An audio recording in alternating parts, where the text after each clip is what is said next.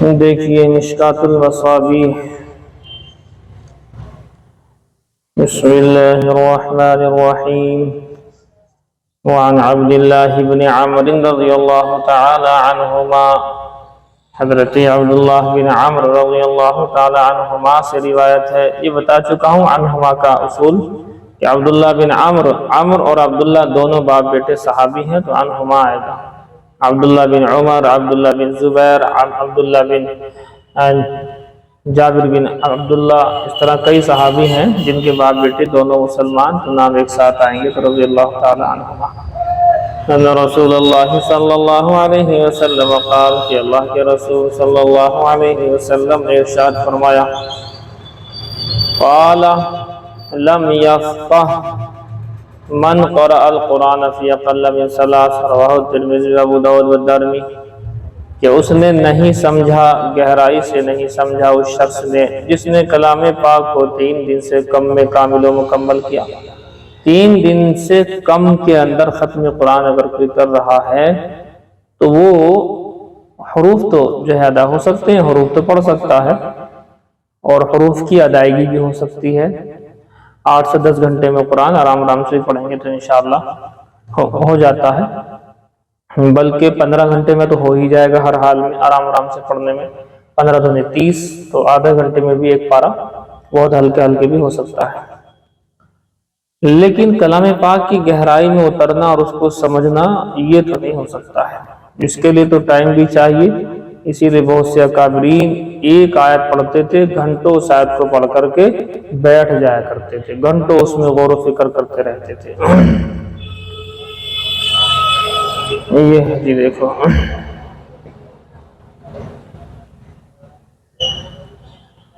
وعن عقبہ بن عامر رضی اللہ تعالی عنہ قال، فرماتے ہیں قال رسول اللہ صلی اللہ علیہ وسلم، کہ اللہ کے رسول صلی اللہ علیہ وسلم نے ارشاد فرمایا، الجاہر بالقرآن کالجاہر بالصدقہ، کہ بلند آواز سے قرآن کریم پڑھنے والا شخص، الجاہر بالقرآن، جاہر جہر یعنی زور سے پڑھنا القرآن کلام پاک کو، کالجاہر بالصدقہ، وہ صدقہ زور سے کلام پاک پڑھنے والا ایسا ہے جیسا کہ اعلان یا خیرات کرنے والا، صدقہ کرنے والا۔ والمسر بالقرآن، اور کلام پاک کو آرام سے پڑھنے والا وہ ہے کالمسر بالصدقہ، جو صدقہ کرتا ہو چپکے سے۔ دونوں طرح صحیح ہے، صدقہ اعلان بھی ہوتا ہے، صدقہ جو ہے چپکے سے بھی ہوتا ہے۔ رواہ الترمذی وابو داؤد والنسائی وقال الترمذی ھذا حدیث حسن غریب۔ وعن صہیب، حضرت صہیب سے روایت ہے رضی اللہ تعالیٰ عنہ قال، فرماتے ہیں قال رسول اللہ صلی اللہ علیہ وسلم، کہ اللہ کے رسول صلی اللہ علیہ وسلم نے ارشاد فرمایا، ما آمن بالقرآن من استحل محارمہ۔ بہت ہی عجیب و غریب روایت ہے، غور و فکر کی روایت ہے۔ ایک منٹ، وسلم نے ارشاد فرمایا، ما آمن بالقرآن، وہ کلام پاک پر ایمان ہی نہیں لایا بھی کون؟ من استحل محارمہ، جو اللہ کے کلام پاک میں حرام کردہ چیزوں کو حلال سمجھے۔ اب یہ بڑا عجیب و غریب میٹر ہے۔ اللہ نے قرآن میں جن چیزوں کو حرام کہا ہے، کوئی شخص اس کو اگر حلال سمجھتا ہے تو ظاہر سی بات ہے اس کا ایمان اللہ کے قرآن پر نہیں ہے۔ اللہ کے قرآن پر نہیں ہے تو مومن بھی نہیں کہلائے گا۔ ایسا کون مومن ہوگا جو اللہ پر، کلام پاک پر ایمان نہ رکھتا اور ایمان والا؟ ایسا تو کوئی بھی نہیں ہوتا ہے۔ اب یہ کیسے ہوتا ہے؟ اس کی دیکھیے، ایک تو یہ ہے کہ کلام پاک میں جن چیزوں کو حرام قرار دیا ہے انہیں ہم حرام سمجھتے ہیں، جنہیں حلال قرار دیا انہیں ہم حلال سمجھتے ہیں، لیکن ہمارے عمل اس کے خلاف ہیں، لیکن سمجھتے ہم وہی ہیں جو قرآن میں حرام و حلال ہے۔ تو عمل کے ناجائز اور حرام ہونے سے ہمارا ایمان ختم نہیں ہوتا، ایمان ہمارا کمزور ہوتا ہے۔ گناہ کرنے سے، جس کو اللہ نے قرآن و حدیث میں حرام قرار دیا ہو، اس کو کرنے سے ہمارا ایمان تو ختم نہیں ہوتا، چونکہ ہم انکار نہیں کر رہے۔ ہاں، ایمان ہمارا کمزور سے کمزور ہوتا جاتا ہے۔ دوسری شکل، اللہ نے کلام پاک کے اندر کچھ کہا ہو، اللہ نے کلام پاک کے اندر کچھ کہا ہو کہ فلاں فلاں کام حرام ہے، سود حرام ہے، بیاض ہے حرام، بیاض اور سود اور انٹرسٹ یہ حرام ہے۔ اب کوئی بدبخت یہ کہنے لگے کہ میں تو بیاض اور سود کو حلال سمجھتا ہوں، ماحول کی وجہ سے، سوسائٹی کی وجہ سے، ورلڈ کی وجہ سے، اور دنیا میں چل رہا ہے اس وجہ سے، سب کر رہے ہیں اس وجہ سے، وغیرہ وغیرہ۔ ایسے بہت سارے کام ہو سکتے ہیں جو اللہ نے حرام قرار دیے۔ اگر کوئی اس حرام کو حلال سمجھتا ہے تو یہ الگ سے ایک مسئلہ ہے اس آیت کے تحت، اس روایت کے تحت، کہ اس کا ایمان ختم ہو جاتا ہے۔ گانا بجانا حرام ہے، سب سمجھتے ہیں، اگر کوئی اس کو حلال سمجھتا ہے تو اس کا ایمان ختم ہو جاتا ہے۔ اسی کی ایک مثال جو ہے آپ کے احسن الفتاوی کے اندر، جس کی 10 جلدیں ہیں، فتوے کی کتاب ہے، اس میں ایک مثال لکھی ہے کہ جو مستورات بے پردہ رہتی ہیں، بے پردہ رہتی ہیں مستورات، اور پردہ نہیں کرتی اور پردے کو عیب سمجھتی ہیں، یعنی اس کو غلط سمجھتی ہیں اور بے پردگی کو حلال سمجھتی ہیں، صحیح سمجھتی ہیں، ان کا ایمان ختم ہو چکا۔ یہ ہے فتویٰ۔ کیونکہ اللہ نے اگر کوئی مان لیجئے پردہ نہیں کر رہے، لیکن وہ یہ کہہ رہے کہ ہاں اس میں ہماری خطا ہے، ہماری اس میں غلطی ہے، آئندہ انشاءاللہ ہماری نیت ہے ہم اس کو کریں گے، یعنی اپنی غلطی مانتے ہوئے اس کو کر رہے ہیں، تو حرام تو ہے لیکن ایمان باقی۔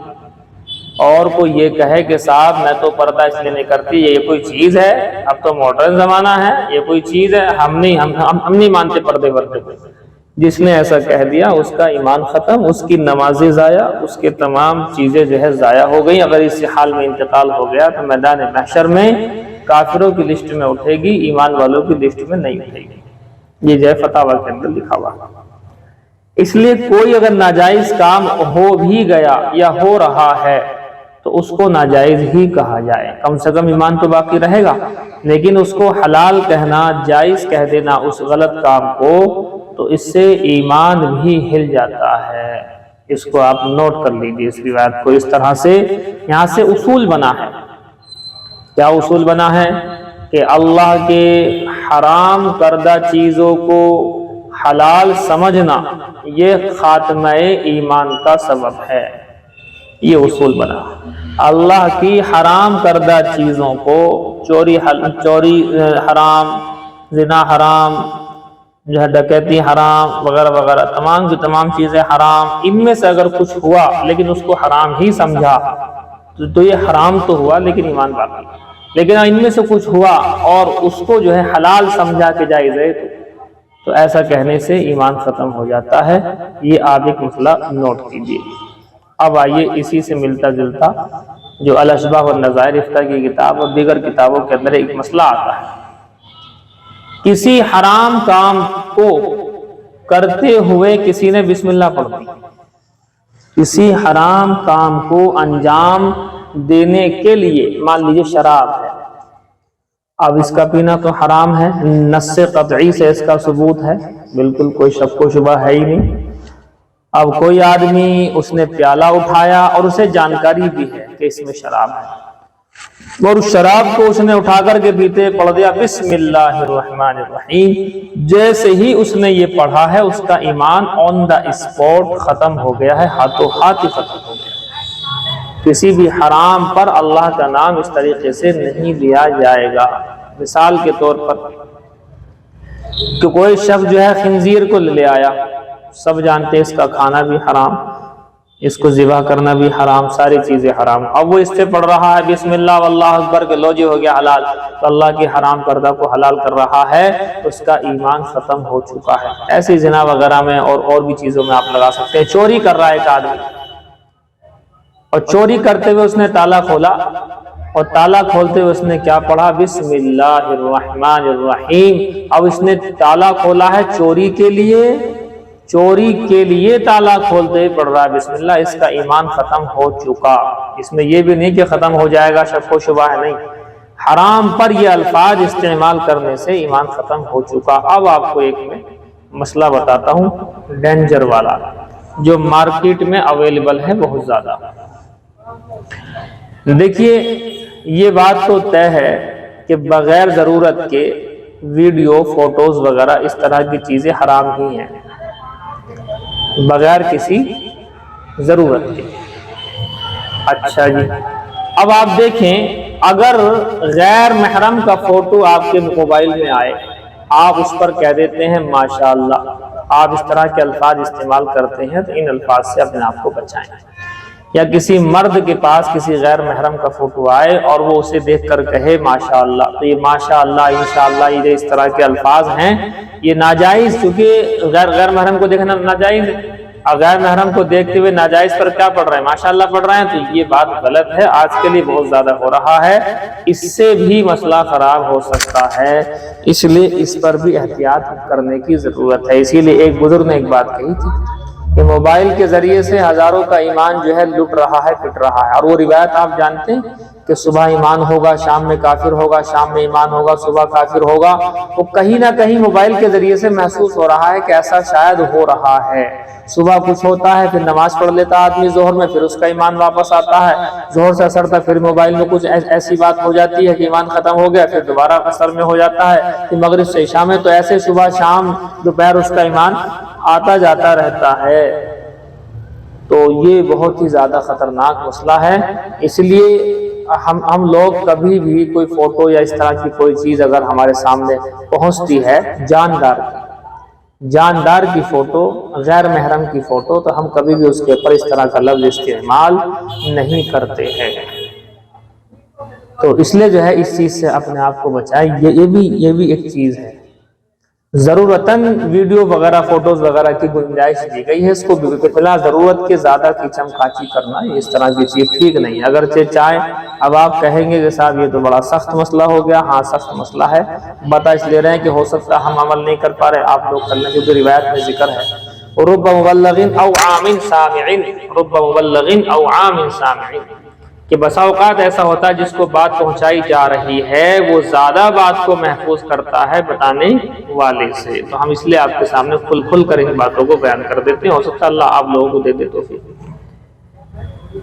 ہم اس میں چاپلوسی سے کام نہیں لیتے، جو مسئلہ ہے وہ آپ کے سامنے بالکل بیان رکھ دیتے ہیں۔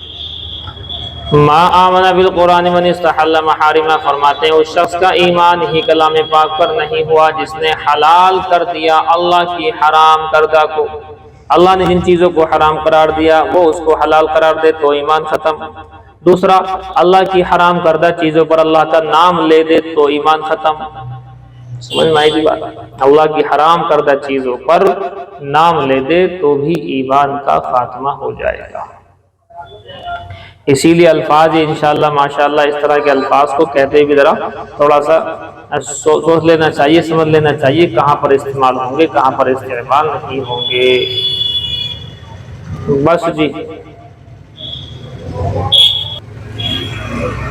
جلالین شریف، اعوذ باللہ من الشیطان الرجیم، بسم اللہ الرحمن الرحیم، الذين ينفقون أموالهم بالليل والنهار سرا وعلانية فلهم أجرهم عند ربهم ولا خوف عليهم ولا هم يحزنون، وہ لوگ کہ جو خرچ کرتے ہیں اپنے مالوں کو باللیل والنہار، رات میں اور دن میں، سرا وعلانیة، چپکے سے اور علانیہ، فلهم أجرهم عند ربهم، تو ان کے لیے ان کا ثواب ہے ان کے رب کے پاس، ولا خوف عليهم ولا هم يحزنون، اور نہیں ہے خوف ان کے اوپر کوئی اور نہ ہی وہ غمگین ہوں گے۔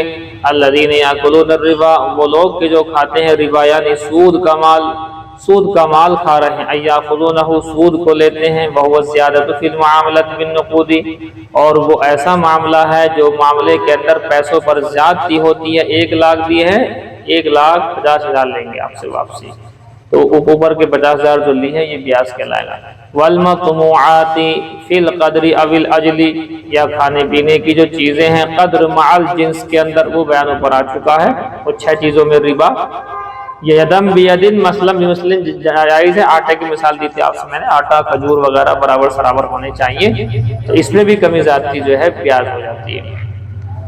لا یقومون من قبورہم، فرماتے ہیں کہ ایسے لوگ جو سود کھاتے ہیں نہیں کھڑے ہوں گے اپنی قبروں سے، مگر کیسے کھڑے ہوں گے؟ الا قیاما، لا ہٹا دو، الا ہٹا ترجمہ کریں گے، وہ جب اپنی قبروں سے کھڑے ہوں گے تو ایسے کھڑے ہوں گے قیاما کما یقوم الذی، جیسے کہ کوئی کھڑا ہوتا ہے وہ شخص، یتخبطہ یسرعہ الشیطان، جس کو چھو کر کے، من المس، بس میں نے چھونا، چھو کر کے شیطان نے خبطی کر دیا ہو، جس کے اوپر شیطان آ گیا ہو، جنون ہو گیا ہو اسے، اور آدمی مدہوشی میں جہاں تہاں گردنیں پٹک رہا ہے، تو جو سود کھا کر کے جائیں گے کل میدان محشر میں جب وہ کھڑے ہوں گے، ان کی کھڑے ہونے کی حالت ایسی ہی ہوگی جیسا کہ شیطان نے چھو کر کے ان کو خبطی بنا دیا ہو۔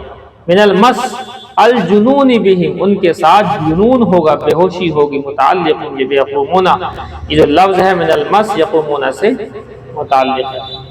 ذالک الذی نزل بہم، فرماتے ہیں کہ یہ وہ عذاب جو ان کے اوپر نازل ہوا، بِأَنَّهُمْ ای بسبب انہم، اس وجہ سے، اس سبب سے ہے کہ بے شک انہوں نے قالو یوں کہا تھا، انما البیع مثل الربا فی الجواز، فرماتے ہیں کہ یہ تو خرید و فروخت تو سود ہی کے جیسے ہے جائز ہونے میں۔ انہوں نے خرید و فروخت کی طرح سے سود اور بیاج کو بھی جائز کہا۔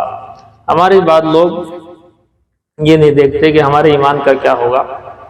ہمیں کچھ لوگ فون کرتے ہیں مسلمان کہ جی میں انشورنس کمپنی میں کام کرتا ہوں، لائف انشورنس، بھارتیہ جیون بیمہ نگم میں کام کرتا ہوں، انشورنس کمپنی میں کام کرتا ہوں، اور ہمیں تو کچھ محسوس نہیں ہوتا ہے کہ یہ جو ہے حرام ہے، کیوں ہے بیاج حرام؟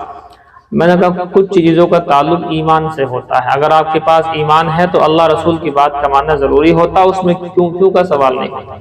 اللہ رسول پر ایمان نہ ہو تب آئے گا آپ کے ذہن میں یہ بات۔ اللہ رسول پر ایمان ہے تو آپ کہہ سکتے ہو کہ اللہ اس کے رسول کا حکم، کوئی کہ اللہ کے صاحب نماز بتاؤ، نماز کھڑے ہو کر کے کہہ دیا پڑھنے کے لیے، بتاؤ کہ بھوکا رہنے کے لیے کہہ دیا، روزے کے لیے، یہ بات سمجھ میں کیسے آئیں گے؟ یہ تو ایمان کے ساتھ تعلق ہے۔ اسی لیے کافر پر نہ نماز ہے، جو کہے صاحب کیوں نماز پڑھو، نہ زکوٰۃ ہے، نہ روزہ ہے، نہ حج ہے۔ کافر پر صرف ایمان فرض ہے، ایمان کے علاوہ کوئی چیز اس کے اوپر فرض رکھی بھی نہیں گئی۔ اس کو ایمان کے دلائل دیے جائیں گے سب سے پہلے، نماز کے، سود کے حرام ہونے کے دلائل یہ جو ہے اس کے سامنے پیش نہیں کیے جائیں گے۔ بہرحال میں نے کہا تم کرو کام یا نہ کرو، اس سے کوئی فرق نہیں پڑتا، یہ حرام ہے، اللہ نے کلام پاک میں اس کو حرام قرار دیا ہے، آگے کوئی بات نہیں۔ ایمان کھونا ہو تو بولو، اور نہیں کھونا ہو تو آگے بڑھو۔ سمجھ گئے جی اب بات؟ پھر میں نے اور اگر کوئی غیر مسلم پوچھتا ہے تو اب جوابات دیے جائیں گے۔ جوابات یہ دیا جائے گا کہ سود کے نظام سے پورا نظام ورلڈ، نظام دنیا جو ہے خلط ملط ہو گیا ہے، سارے لوگ پریشان ہیں۔ اس کے اندر مالدار تو مالدار سے مالدار تر ہو جاتا ہے، اور غریب سے تر ہو جاتا ہے، یعنی اور نیچے غربت کے اندر آتا ہے۔ تو مالدار تو ہے ہی، اس پہ 1,00,000 مالدار ہے وہ، اب اس کے پیسے بیاج سے بڑھتے رہیں گے، مالدار سے مالدار تر ہوتا رہے گا، لیکن جو غریب جو کما کر کے اس کو دے رہا تو غریب سے غریب تر ہوتا رہے گا۔ اسلام میں ایسے نظام کی مذمت آئی ہے، لہذا غریب کو موقع ملنا چاہیے۔ اس کے لیے اسلام نے مزاربت، مشارکت کے اصول دیے۔ مزاربت یہ ایک آدمی پیسہ دے دے، اس پر پاس ہے پیسہ ہے، ایک آدمی کے پاس کام آتا پیسہ نہیں ہے، اس کو پیسہ دیں گے، وہ کام کرے گا تو نفع نقصان اس میں نفع آدھا کر لیں گے، اس کے اندر نقصان بعد میں دیکھا جائے گا، اصول کے مطابق ہوتا نقصان کا۔ تو بہرحال انہوں نے کہا انما البیع مثل الربا، بے شک خرید و فروخت کی طرح ہی سے تو ہے سود کا معاملہ جواز جائز ہونے میں۔ اللہ تو ایسے لوگوں کو جو ہے جب اٹھیں گے وہ قبروں سے تو مدہوشی میں اٹھیں گے۔ وَهَذَا مِنْ عَكْسِ التَّشْبِيهِ، فرماتے ہیں کہ یہ تشبیہ کا عکس ہے، ہونا چاہیے تھا انما الربا مثل البیع، لیکن اللہ نے مبالغتاً اس کو الٹا کر کے دیا، اور یہ تشبیہ کا عکس ہے، الٹا ہے، مبالغتاً مبالغے کے طور پر ہے۔ فقال تعالی ردًا علیہم، اللہ تعالیٰ نے ان کی بات کا جواب دیتے یوں فرمایا، جو کہہ رہے تھے کہ اللہ نے جیسے خرید فروخت ہے ایسے ہی سود اور بیاج کا کام ہے، اللہ نے جواب دیا وَأَحَلَّ اللَّهُ الْبَيْعَ، کہ کیسے دونوں ایک ہو گئے، کہ ہم نے خرید و فروخت کو تو حلال کہا ہے، وحرم الربا، اور سود کو ہم نے حرام قرار دیا، کیسے ایک ہو گئے، ایک حرام ایک حلال۔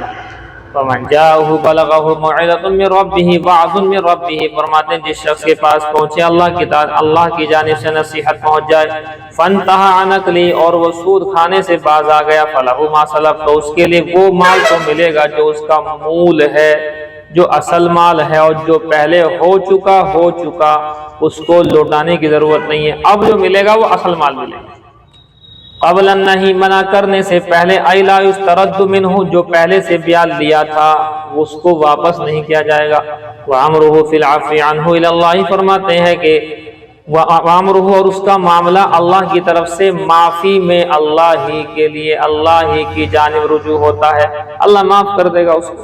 وَمَنْ عَادَ إِلَىٰ أَكْلِهِ، اور اگر دوبارہ کوئی اس کے کھانے کی طرف، سود کے کھانے کی طرف بڑھے گا دوبارہ حرام ہونے کے بعد، مُشَبِّهًا لَهُ بِالْبَيْعِ فِي الْحِلِّ، اس کو حلال سمجھتے ہوئے خرید و فروخت کے جیسے، فَأُولَٰئِكَ أَصْحَابُ النَّارِ هُمْ فِيهَا خَالِدُونَ، تو یہی جہنمی ہے، اس میں ہمیشہ ہمیشہ رہے گا۔ یمحق اللہ الربا، اللہ تعالیٰ مٹاتا ہے ربا، سود کو، ینقصہ، اسے کم کر دیتا ہے، ویذھب، اور ختم بھی کر دیتا ہے، برکتہ، ایسے مال کی برکت ختم ہو جاتی ہے۔ برکت مال، سود کے اندر کوئی برکت وغیرہ نہیں ہوتی ہے۔ ویربی الصدقات، اور اللہ تعالیٰ صدقات کو بڑھاتا رہتا ہے، یزیدھا وینمیھا، اسے زیادہ کرتا رہتا ہے، بڑھاتا رہتا ہے۔ وَيُضَاعِفُ ثَوَابَهَا، چند دو چند اس کے ثواب کو کرتا رہتا ہے، اس لیے صدقات کا ثواب اللہ کے یہاں بڑھتا ہی بڑھتا ہے، بڑھتا ہی بڑھتا ہے۔ وَاللَّهُ لَا يُحِبُّ كُلَّ كَفَّارٍ بِتَحْلِيلِ الرِّبَا، اللہ تعالیٰ نہیں پسند کرتا ہے ایسے انکار کرنے والے کو، ایسے کافر کو جو ربا، سود کو حلال سمجھتا ہو، اسیم، اس گنہگار کو اللہ تعالیٰ فاجر، کھلم کھلا گنہگار، بے عقلی، کھلم کھلا کھانے والا، ایعاقب، یعنی اللہ اسے سزا دے گا۔ ان الذین آمنوا، بے شک وہ لوگ کہ جو ایمان لائے، وعملوا الصالحات، نیک کام میں لگے، واقاموا الصلاۃ، نماز کو قائم کیا، وآتوا الزکوٰۃ، زکوٰۃ کو ادا کیا، لہم اجرہم عند ربہم، ان کا اجر ان کے رب کے پاس ہے، ولا خوف علیہم ولا هم يحزنون، اور نہیں ہے خوف ان کے اوپر، نہ ہی وہ غمگین ہوں گے۔ یا ایھا الذین آمنوا اتقوا اللہ، اے ایمان والو چھوڑ دو تم، ڈرو تم اللہ سے، وذروا، اور چھوڑ دو تم، اترکو، چھوڑ دو، ما بقی من الربا، باقی جو سود بچا، ان کنتم مؤمنین، اگر تم ایمان والے ہو، چھوڑ دو اپنا مول، جو پیسہ اصل ہے ریئل میں جو آپ کی آمدنی، آپ نے 1 لاکھ دی، 1 لاکھ واپس لے لو، اوپر کا سود جو ہے تم چھوڑ دو۔ اگر نہیں چھوڑو گے تو پھر اللہ اس کے رسول سے جنگ کا اعلان ہے۔ فرماتے ہیں اگر تم سچے ہو، صادقین فی ایمانکم، اگر تم ایمان والوں کا مطلب یہ ہے کہ تم سچے ہو اپنے ایمان کے اندر، فإن من شان المسلم المؤمن، ایمان والے کی شان تو بے شک یہ ہوتی ہے امتثال امر اللہ، اللہ کے امر کو، اللہ کے حکم کو بجا لانا۔ نزلت، یہ نازل ہوئی، لما طلب بعض الصحابہ بعد النہی، جبکہ بعض صحابہ نے غلط فہمی کے اندر نہیں کے بعد، منع کرنے کے بعد بھی سود کو مانگ لیا تھا، کان لہ قبل، جو ان کا پہلے سے تھا، ان کو تھوڑی سی مطلب ذہول ہو گیا، وہ سمجھے کہ شاید جو پہلے والا سود نہیں دیا وہ بھی لے لیں ہم، حالانکہ حرام ہو گیا تھا۔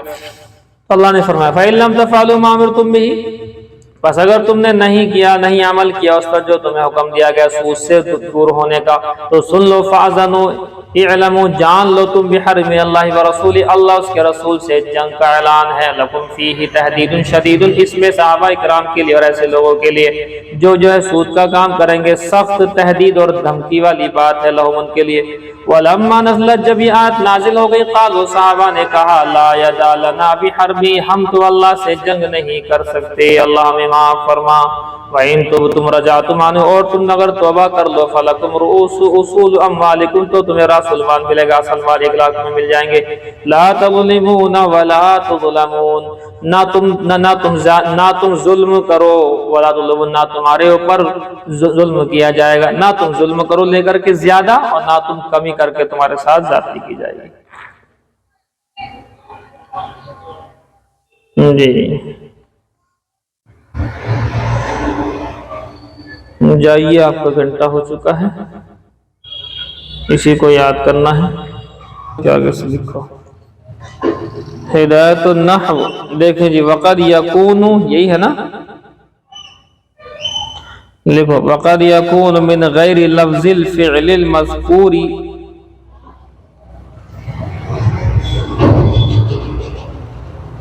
وقد یکون من غیر لفظ الفعل المذکور، اور کبھی مفعول مطلق، اور کبھی مفعول مطلق فعل مذکور کے لفظ کے علاوہ سے آتا ہے، فعل مذکور کے لفظ کے علاوہ سے آتا ہے، اور کبھی مفعول مطلق، ارے باتیں چل نہیں لکھ رہا ہو، لکھ لیا؟ آگے دیکھو، نحو، اور کبھی مفعول مطلق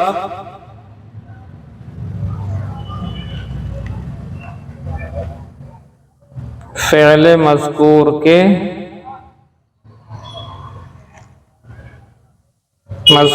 کے لفظ کے علاوہ سے، فعل مذکور کے لفظ کے علاوہ سے آتا ہے۔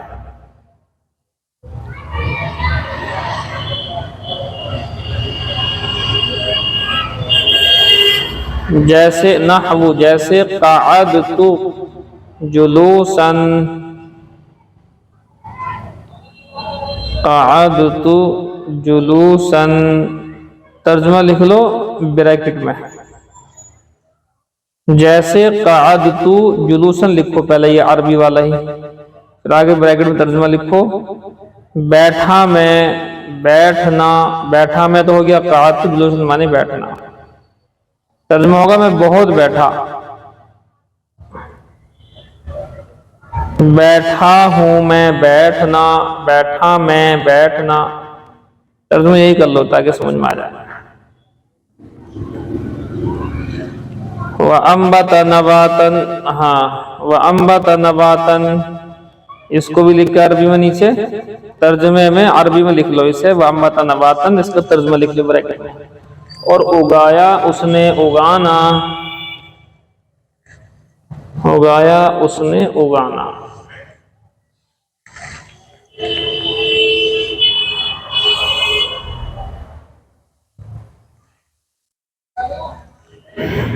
اس نے اگانا۔ وَقَدْ يُحْذَفُ فِعْلُهُ لِقِيَامِ قَرِينَةٍ جَوَازًا، یہاں تک لکھنا، اور کبھی حذف کیا جاتا ہے اس کے فعل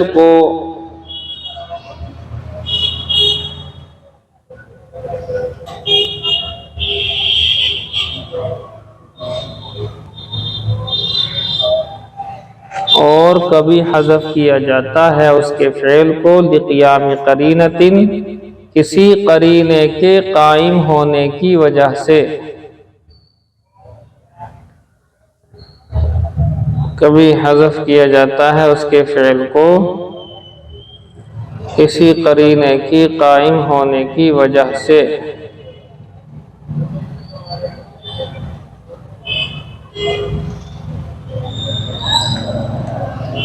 کسی قرینے کے قائم ہونے کی وجہ سے،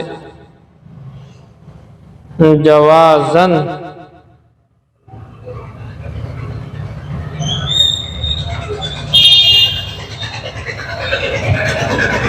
جوازاً کا ترجمہ لکھیں یہ حذف کرنا جائز ہوتا ہے، اور یہ حذف کرنا جائز ہوتا ہے، ویسے ترجمہ ہے بطور جواز کے، بطور جواز کے، ایسے لکھ لو، چھوٹا لفظ لکھ لو بطور جواز کے،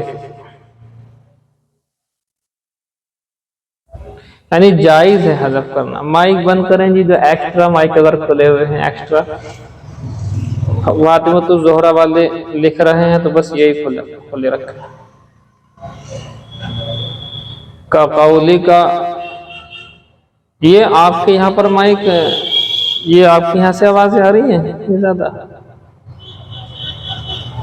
اچھا اچھا جی، یہ اور نہیں لگانا، قرینے کے قائم ہونے کی وجہ سے بطور جواز کے، کا قولک للقادم خیر مقدم، دیکھو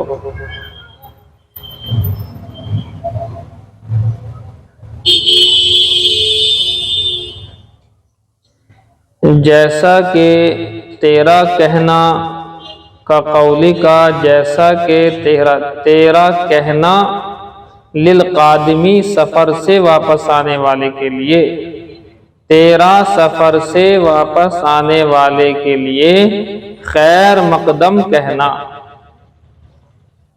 تیرا سفر سے واپس آنے والے، جیسا کہ تیرا سفر سے واپس آنے والے کے لیے خیر مقدم کہنا،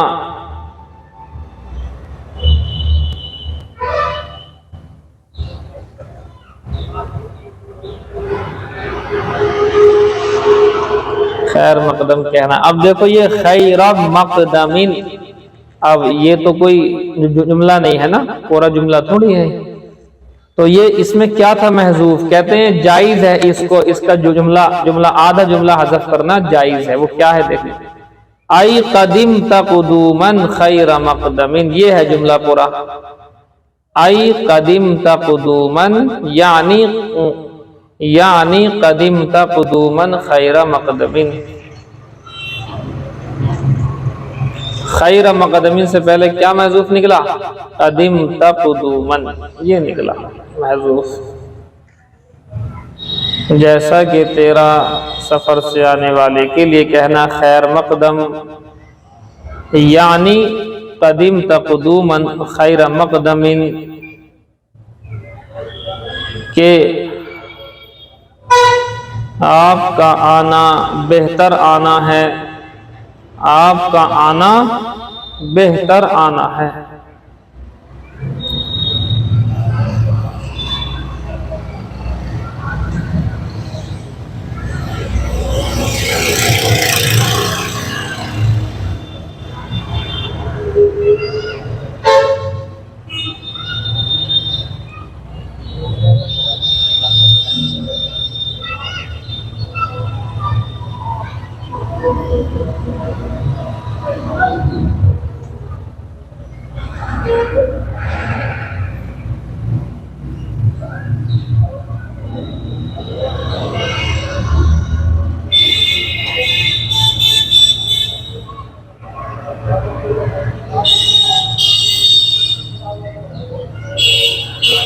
نہیں لکھا. ووجوباً، ووجوباً، اور بطور وجوب کے. ہاں، ووجوباً سماعاً، یہاں تک ہے جی. ووجوباً سماعاً، اور یہ حذف کرنا وجوب سماعی، اور کبھی کبھی یہ حذف کرنا وجوب سماعی ہوتا ہے. پورا لکھ رہا ہے. اور کبھی کبھی یہ حذف کرنا وجوب سماعی ہوتا ہے. یہ لکھ رہا جی. جی نحو، جیسا کہ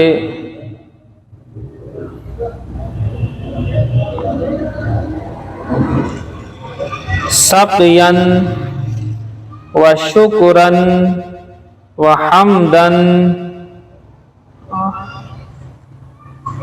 ورعیاً، ان سب کے فعل کیا ہیں؟ محذوف ہیں ان کے، وہ آگے آ رہے ہیں. اپنے آپ اس کو جوڑ لینا. سقیاً، شکراً، حمداً، رعیاً، یہ سارے مفعول مطلق ہیں، ان سے پہلے فعل محذوف ہے. اب دیکھ لو کیا ہے وہ سب. ای یعنی سقاک اللہ سقیاً، پہلا آ گیا ہے. سقیاً میں کیا ہے محذوف؟ سقاک اللہ سقیاً، اللہ تعالیٰ تمہیں سیراب کرے، سیراب کرنا. سقاک اللہ سقیاً، تو سقیاً کا تو ہو گیا محذوف. یہ سقاک اللہ، اللہ تمہیں پلائے، پلانا. اللہ تمہیں سیراب کرے، سیراب کرنا. دونوں میں سے کوئی سے بھی لکھ لو. سیراب کرنا اور پلانے کے معنی آتے ہیں. سیراب کرنا، یا لکھو اللہ تمہیں پلائے، پلانا. اگر یہ لکھنا چاہو تو یہ لکھ لو، دونوں صحیح ہیں. سیراب کرنا اور پلانا یہ ایک ہی بات ہے. چلو دیکھو آگے. وَشَكَرْتُكَ شُكْرًا، اب دوسرا جملہ کیا تھا؟ شکرن تھا. اس کا آگے دیکھو محذوف کیا تھا؟ شَكَرْتُكَ شُكْرًا، یہ محذوف ہے. میں نے تمہارا شکر کیا، شکر کرنا. شکر کیا، شکر کرنا. میں نے تمہارا شکر کیا، شکر کرنا. آگے دیکھو اوپر کیا جملے میں کیا تھا؟ حمدن تھا. اب دیکھو حمدن کا آئے گا. وَحَمِدْتُكَ حَمْدًا، اور میں نے تیری تعریف کی، تعریف کرنا. یہ اس کا محذوف آ گیا، تعریف کر دو۔ اس کے بعد کیا تھا، اگلا جملہ کیا تھا، رعین، ہاں واو تو اور کے معنی میں ہے، رعین، تو اس کا محذوف کیا نکلے گا، رعاک اللہ رعین، رعاک اللہ رعین، ترجمہ لکھیں، رعایت کی اللہ تعالیٰ نے تیری، رعایت کی اللہ تعالیٰ نے تیری، رعایت کرنا۔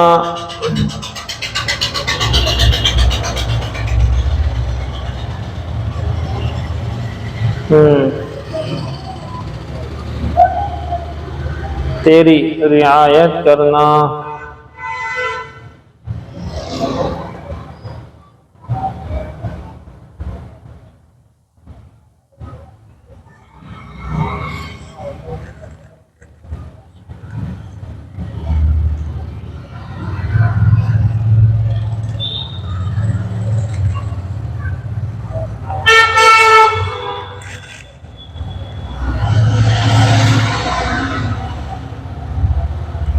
نہیں لکھ رہے جی،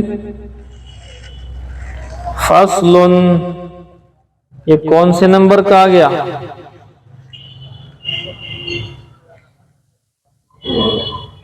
یعنی نمبر 1 ہے، نمبر 2 پر ہے،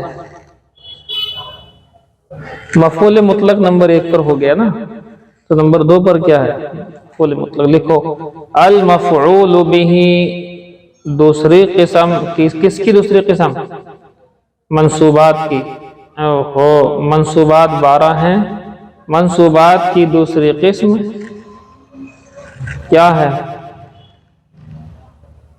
مفعول به ہے، نہیں لکھ رہا ہے، مفعول به ہے، وهو اسم ما وقع علیہ فعل الفاعل، لکھو، اور وہ یعنی مفعول بھی،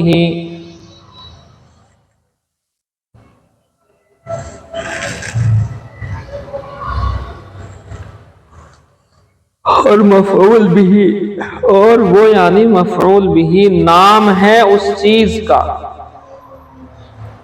مفعول بھی نام ہے اس چیز کا جس پر فاعل کا فعل واقع ہو۔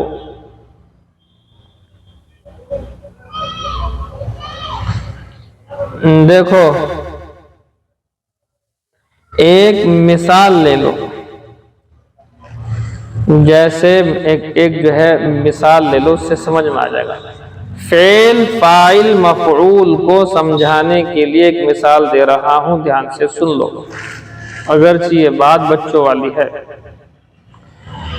دیکھو جی، تمہاری امی نے تمہیں ڈنڈی سے مارا، تمہاری اماں نے تمہیں مارا۔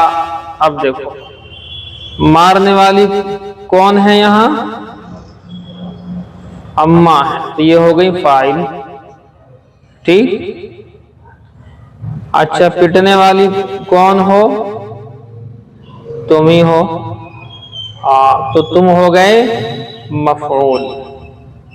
اور یہ جو پیٹنا ہے نا، مار جو ہے، مار یہ فعل ہے، تو یہ فعل مار جو فعل ہے یہ فاعل کے ذریعے سے مفعول پر واقع ہوئی، ٹھیک، فاعل کے ذریعے سے ہوگی نا، فاعل کے ذریعے سے، ضرب یوں کہہ لو، ضارب کے ذریعے سے ضرب مضروب پر واقع ہوگی، اماں کے ذریعے سے پٹائی آپ کے اوپر واقع ہوگی، یہ ہے جی۔ تو پیٹنے والا اس میں فاعل ہو گیا، جو پٹا مفعول ہو گیا، اور پٹنا یہ جو مار ہے یہ کیا ہو گئی، یہ فعل ہو گیا۔ ہماری بات، جیسے کہ کھانا کھایا، تو کھانا تو ہو گیا مفعول، اس کو کھایا گیا ہے چونکہ، اور کھانے والا ہو گیا فاعل، اور یہ جو کھانا ایک فعل ہے، یہ جو عمل ہے یہ جو عمل ہے فعل اکل، کھانے کا عمل، یہ کیا ہے؟ یہ فعل کہلائے گا، ٹھیک ہے نہیں بات؟ بس اتنی سی بات ہے۔ مفعول بھی فرماتے ہیں وہو اسم واقع وفعلی فعل فاعل، کہ وہ یعنی اسم یعنی مفعول بھی اس چیز کا نام ہے جس پر فاعل کا فعل واقع ہوتا ہے، تو فاعل کا فعل واقع ہو گیا وہ کیا کہلائے گا؟ مفعول بھی کہلائے گا۔ جیسا کہ ضرب زید عمرا، جیسا کہ زید نے مارا، زید نے عمرو کو۔ ابھی میں کل پرسوں میں دیکھ رہا تھا، وہ کشکول کے اندر ایک ایپ کا ہے، وہ کشکول، اس میں ایک بات لکھی ہوئی تھی بڑی عجیب و غریب۔ جی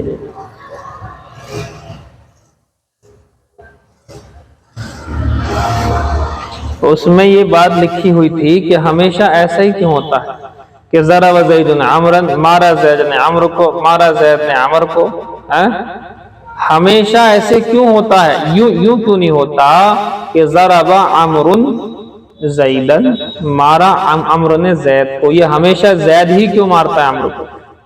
تو بادشاہ سلامت تھے وقت کے بادشاہ، انہوں نے سارے لوگوں کو جب یہ مثال پڑھی انہوں نے کہ زید نے مارا عمر کو، ہر جگہ یہی آ رہی ہے، تو سارے کے سارے عالم علاقہ چھیتر کے ان سب کو بلا لیا کہ ان سب کو لے کر کے آؤ کہ بھئی تم نے جو یہ ظاہر سی بات ہے نحو صرف کی جو کتابیں وہ تو علماء نے لکھی ہیں، وہ کلام پاک کی طرح نازل تھوڑی ہوئی ہیں۔ سوال کیا بادشاہ نے، او علماء یہ بتاؤ کہ تم ہمیشہ یہ مثال کیوں دیتے ہو، ضرب زید عمرا، زید نے مارا عمر کو، ہمیشہ یہ زید ہی کیوں مارتا ہے عمر کو؟ یہ ناانصافی ہے، کبھی عمر بھی تو پیٹے زید کو۔ تو اب یہ جو ہے یہ ہو گیا مسئلہ۔ اب سب علماء نے کہا جی حضرت یہ صرف سمجھانے کے لیے مثال ہے، اس میں کوئی گہرائی والی بات نہیں ہے، یہ کیف متفق، کیف متفق کہتے ہیں اتفاقاً ایسے ہی بس لکھ دیا گیا، اس کا الٹا بھی ہو سکتا ہے، کہنا ہو تو سکتا لیکن ہوا کیوں نہیں؟ ہو تو سکتا ہے لیکن ہوا کیوں نہیں؟ ہر جگہ آپ نے زید سے ہی عمر کو کیوں پٹوایا؟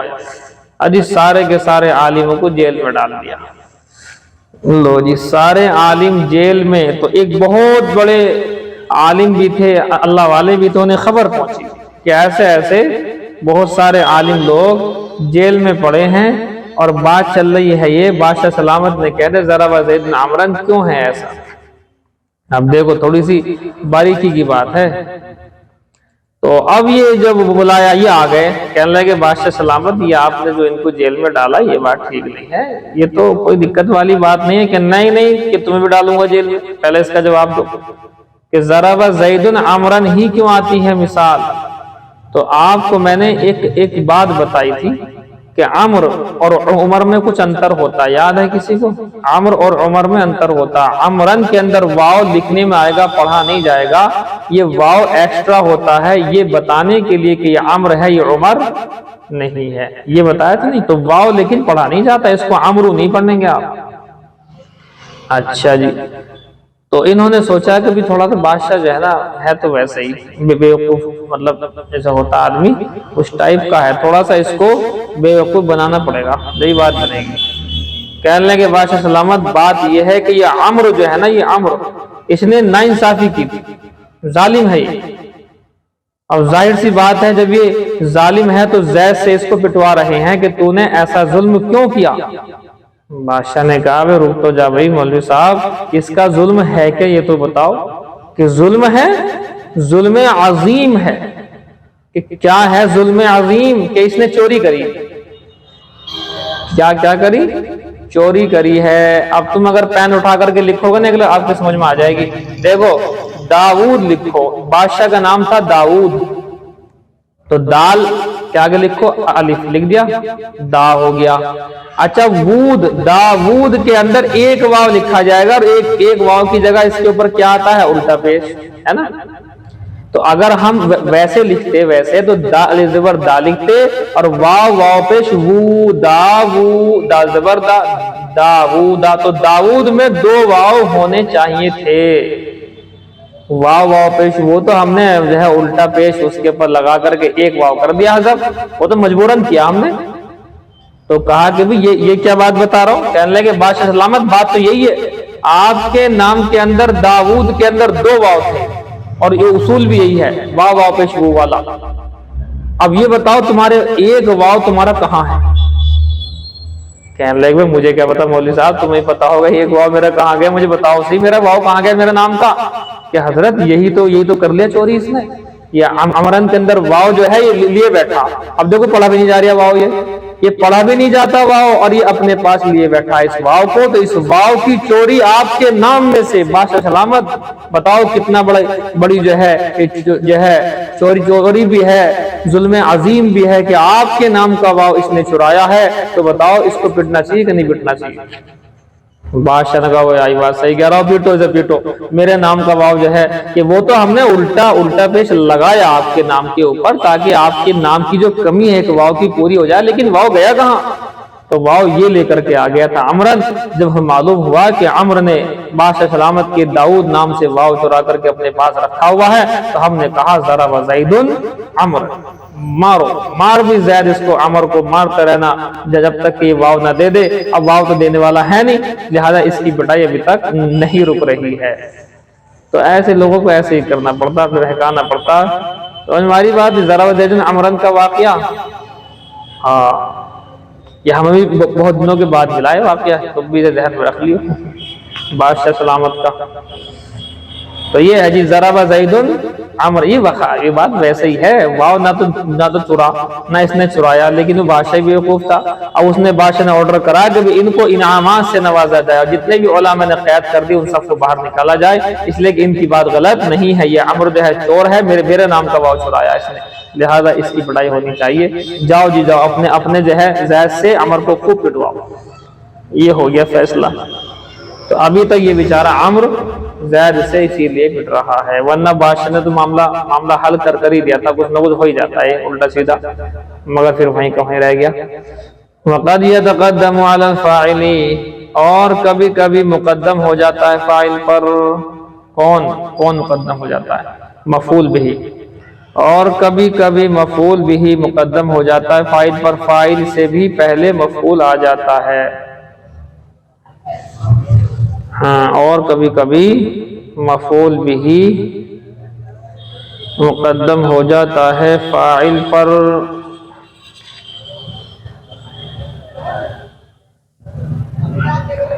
ہو جاتا ہے فاعل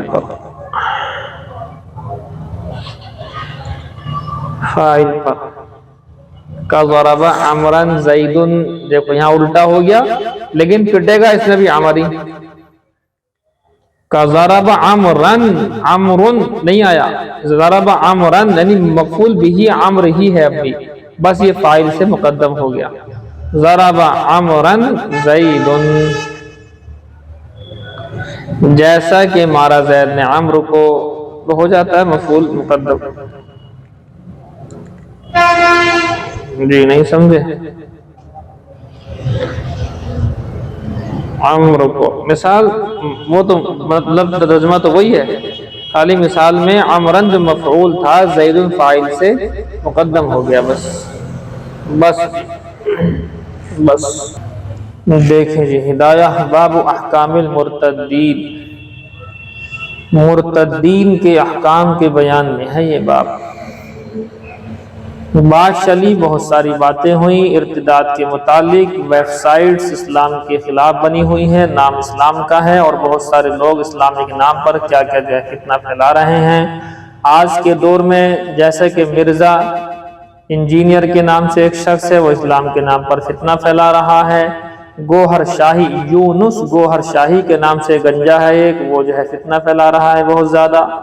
اس کے علاوہ جاوید غامدی، نہ اس کے بعد داڑھی ہے، نہ علم ہے، نہ عقل ہے، نہ کچھ ہے، لیکن وہ یہ مانتا ہے کہ اس دنیا کا سب سے بڑا عقلمند میں ہوں، اسی لیے گمراہ ہوا۔ تو اس طرح کے عجیب ٹائپ کے اوٹ پٹانگ لوگ ہیں، کہ جو اپنے آپ کو پتہ نہیں کیا سمجھے ہوئے ہیں، حالانکہ بسم اللہ کی با کے اوپر انہیں کچھ عطا پتہ نہیں ہے کہ بسم اللہ کے کتنے معنی ہیں، 12 معنی ہیں، کون کون سے معنی ہیں، کس طرح آتا ہے یہ با، اور بسم اللہ کے اندر جو ہے کس کس معنی میں استعمال ہو سکتا ہے، با استعانت کے لیے، با الصاق کے لیے، اور کس کس چیز کے لیے آتا ہے، وہ ساری کی ساری چیز نہ انہیں پتہ ہے نہ سمجھتے ہیں۔ جو آدمی بسم اللہ کی با کو نہ جانتا ہو وہ یوں کہے مجھے سب پتہ۔ تو اس وقت ان لوگوں نے کافی جو ہے فتنہ اچھالا ہوا ہے۔ ٹھیک، دیکھیے اسباب ارتداد میں بیان کر رہا تھا، اسباب ارتداد، مرتد ہونے کے سبب۔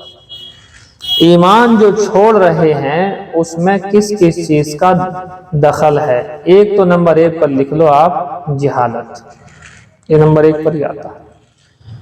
جہالت کے ذریعے سے آدمی ارتداد تک پہنچتا ہے۔ جب جہالت ہے، علم نہیں ہے، تو کبھی بھی وہ زبان سے، عمل سے کوئی ایسا کام کر سکتا ہے کہ اس کا ایمان کا خاتمہ اس سے ہو جائے۔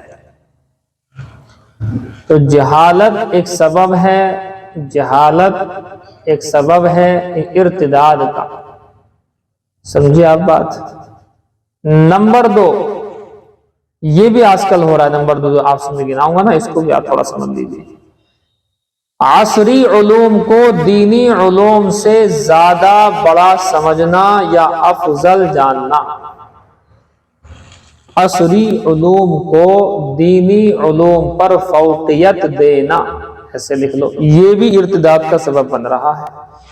عصری علوم، عصری علوم یہ ہوتی ہیں ڈاکٹری، ماسٹری، لوئر، بیرسٹری، B tech, B com, LLB، BMS، MBBS، MD، یہ ہوتے ہیں عصری علوم۔ جو اس وقت ہندی والے علوم چل رہے ہیں ان کو کہتے ہیں عصری علوم۔ دنیاوی علوم لکھ لو، نہیں سمجھ میں آ رہا تو عصری عین اور سواد سے ہے، اسی کو آپ دنیاوی لکھ لو، نہیں سمجھ میں آ رہا تو دنیاوی علوم کو دینی علوم پر فوقیت دینا۔ فوقیت دینے والے ارتداد کا شکار ہوتے ہیں۔ اسی لیے آپ دیکھیں شکیل بن حنیف کا فتنہ، جو اپنے آپ کو مہدی کہتا ہے، اپنے آپ کو عیسیٰ کہتا ہے، یہ فتنہ ڈاکٹر، ماسٹر، وکیل لوگوں میں پھیلا ہے زیادہ، کیونکہ انہوں نے یہ سمجھا ہوا ہے کہ ہماری ڈاکٹری، ماسٹری، وکالت یہ ان کی مولویت سے زیادہ افضل ہے، دینی علوم سے زیادہ افضل اس کو سمجھا ہے، اسی لیے وہ اپنی عقل سے سوچ رہے ہیں، نقل کا کوئی اعتبار نہیں کر رہے۔ نقل مطلب حضور سے نقل ہو کر کے جو باتیں آ رہی ہیں، منقول ہو کر کے، اس کا اعتبار نہیں کر رہے، عقل کا اعتبار کر رہے ہیں۔ تو یہ ہے یہ بات، تو آپ لکھیں اس کو، آج کل جو کہ یہ ہے مارکیٹ میں اویلیبل ہے یہ چیز بہت زیادہ۔ تو دنیاوی تعلیم کو دینی تعلیم پر فوقیت دینا، یہ ارتداد کا سبب لکھوا رہا ہوں۔ مرتد ہو رہے ہیں لوگ اسی وجہ سے، مرتد ہو جاتے ہیں اسی وجہ سے لوگ۔ آپ دیکھ لو جو عصری علوم پڑھے ہوئے ہیں دنیاوی، گمراہ ہونے والوں میں ان کی تعداد بے پناہ ہے اس وقت، چاہے وہ شکیل بن حنیف کا فتنہ ہو، یونس گوہر شاہی کا فتنہ ہو، غامدی کا فتنہ ہو، اس وقت یہی ہے لیٹسٹ۔ یہ سارے کے ساروں کے اندر اکثر لوگ یہی ہیں، کوئی انجینئر ہے، کوئی وکیل ہے، کوئی کچھ ہے، کیونکہ انہوں نے سمجھا ہے کہ ہم نے جو علوم سیکھے یہ زیادہ بڑے ہیں اور دینی علوم کا کوئی ایسا کوئی بات نہیں، یہ تو ویسے ہی ہے، مسجد میں امام لگ جاتے ہیں، ان کی کیا اوقات ہے، وہ یہ سمجھتے ہیں، جس کی وجہ سے مرتد ہو رہے وہ لوگ۔ لکھا جی آپ نے؟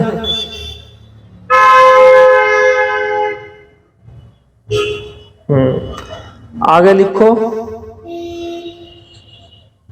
لکھو قرآن و حدیث کی باتوں پر عقل کی بالادستی تسلیم کرنا۔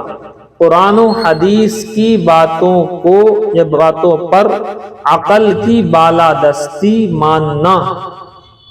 عقل کی بالادستی کیا ہے؟ کہ قرآن و حدیث کی بات اگر عقل کے مطابق ہوگی تو مانیں گے، عقل میں نہیں آئے گی ہم نہیں مانیں گے، یہ ہے وہ بات۔ یہ بھی اس طرح کے لوگوں میں ہوتا ہے، یہ بھی اسی ٹائپ کے لوگوں میں زیادہ آج کل ہو رہا ہے، جو عصری علوم جو ہے ادا کر رہے ہیں، پڑھ رہے ہیں عصری علوم، تو عام طور پر یہ بیماری بھی انہی کے اندر آ رہی ہے، عقل کے اوپر ڈیپینڈ کر دیا۔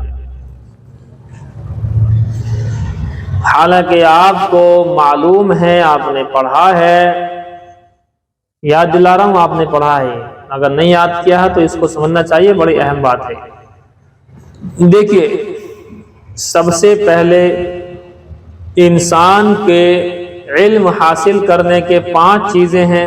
اسے حواسہ خمسہ ظاہرہ بول دیتے ہیں، 5 سینس بھی بول دیتے ہیں. 5 سینس کیا کیا ہے؟ نمبر 1 قوت ذائقہ، چکھنے کی قوت. قوت شامہ، سونگنے کی قوت. قوت سامعہ، سننے کی قوت. قوت باصرہ، دیکھنے کی قوت. اور قوت لامسہ، ٹچ اور چھونے کی قوت. یہ 5 ذریعے ہوتے ہیں انسان کو، ان سے علوم ملتے ہیں. کان سے سن کے مل جائے گا، آنکھ سے دیکھ کے مل جائے گا، اور زبان سے جب چکھیں گے تو معلوم ہو جائے گا کہ اس کے اندر کیا اس کا ٹیسٹ ہے. ناک سے سنیں، خوشبو بدبو معلوم ہو جائے گی. کان سے سن کر کے ہو جائے گا، آنکھ سے دیکھ کر کے ہو جائے گا. ہاتھ سے ٹچ کر کے پتہ لگ جائے گا ہاں یہ چیز سخت ہے یا پھر یہ جو ہے یہ چیز نرم ہے کیسے. لیکن ایک چیز ایسی آئے گی کہ آنکھ سے دیکھ کر، کان سے سن کر، ناک سے سونگھ کر اور زبان سے چکھ کر، ہاتھ سے پکڑ کر آپ وہ چیز پتہ نہیں لگا سکتے. یہ 5 ایک جگہ جا کر کے فیل ہو جاتے ہیں. میں آپ کی مثال دیتا ہوں. آپ کے سامنے دیوار تو کہیں نہ کہیں ہوگی چاروں طرف. دیوار کو دیکھ کر کے، آنکھ سے دیکھ کر کے رنگ آپ اس کا بتا سکتے ہیں. آپ جو ہے آواز تو خیر نہیں آئے گی دیوار کی، آپ چکھ کر کے اس کا جو سیمنٹ کا ٹیسٹ ہے وہ بھی آپ بیان کر سکتے ہیں. آپ سونگھ کر کے سیمنٹ کی جو بدبو خوشبو وہ آپ جو ہے بتا سکتے ہیں. ٹچ کر کے ہاتھ سے بتا سکتے ہیں یہ ٹائٹ ہے، سخت ہے، نرم ہے. لیکن یہ 5 چیزیں مل کر کے بھی یہ نہیں بتا سکتی ہیں کہ اس کو کسی نے بنایا ہے. اس کو 5 چیزیں نہیں بتاتی. اس میں ضرورت پڑتی ہے ہمیں 6 سینس کی. وہ کیا ہے؟ عقل. عقل یہ کہتی ہے کہ جب یہ دیوار اینٹ لگی ہوئی ہیں، ایک سے ایک کے ساتھ میں ایک جڑی ہیں اور جڑ کر کے اوپر پہنچی ہیں، اس پلاسٹر ہوا ہے، تو یہ بات تو عقل بتائے گی کہ ہاں اس کو کسی نے بنایا تو ہے. اس کو کسی نے بنایا تو ہے. تو بنانے کا جو عقل کہے گی ہاں اس کو کوئی نہ کوئی بنانے والا ہے.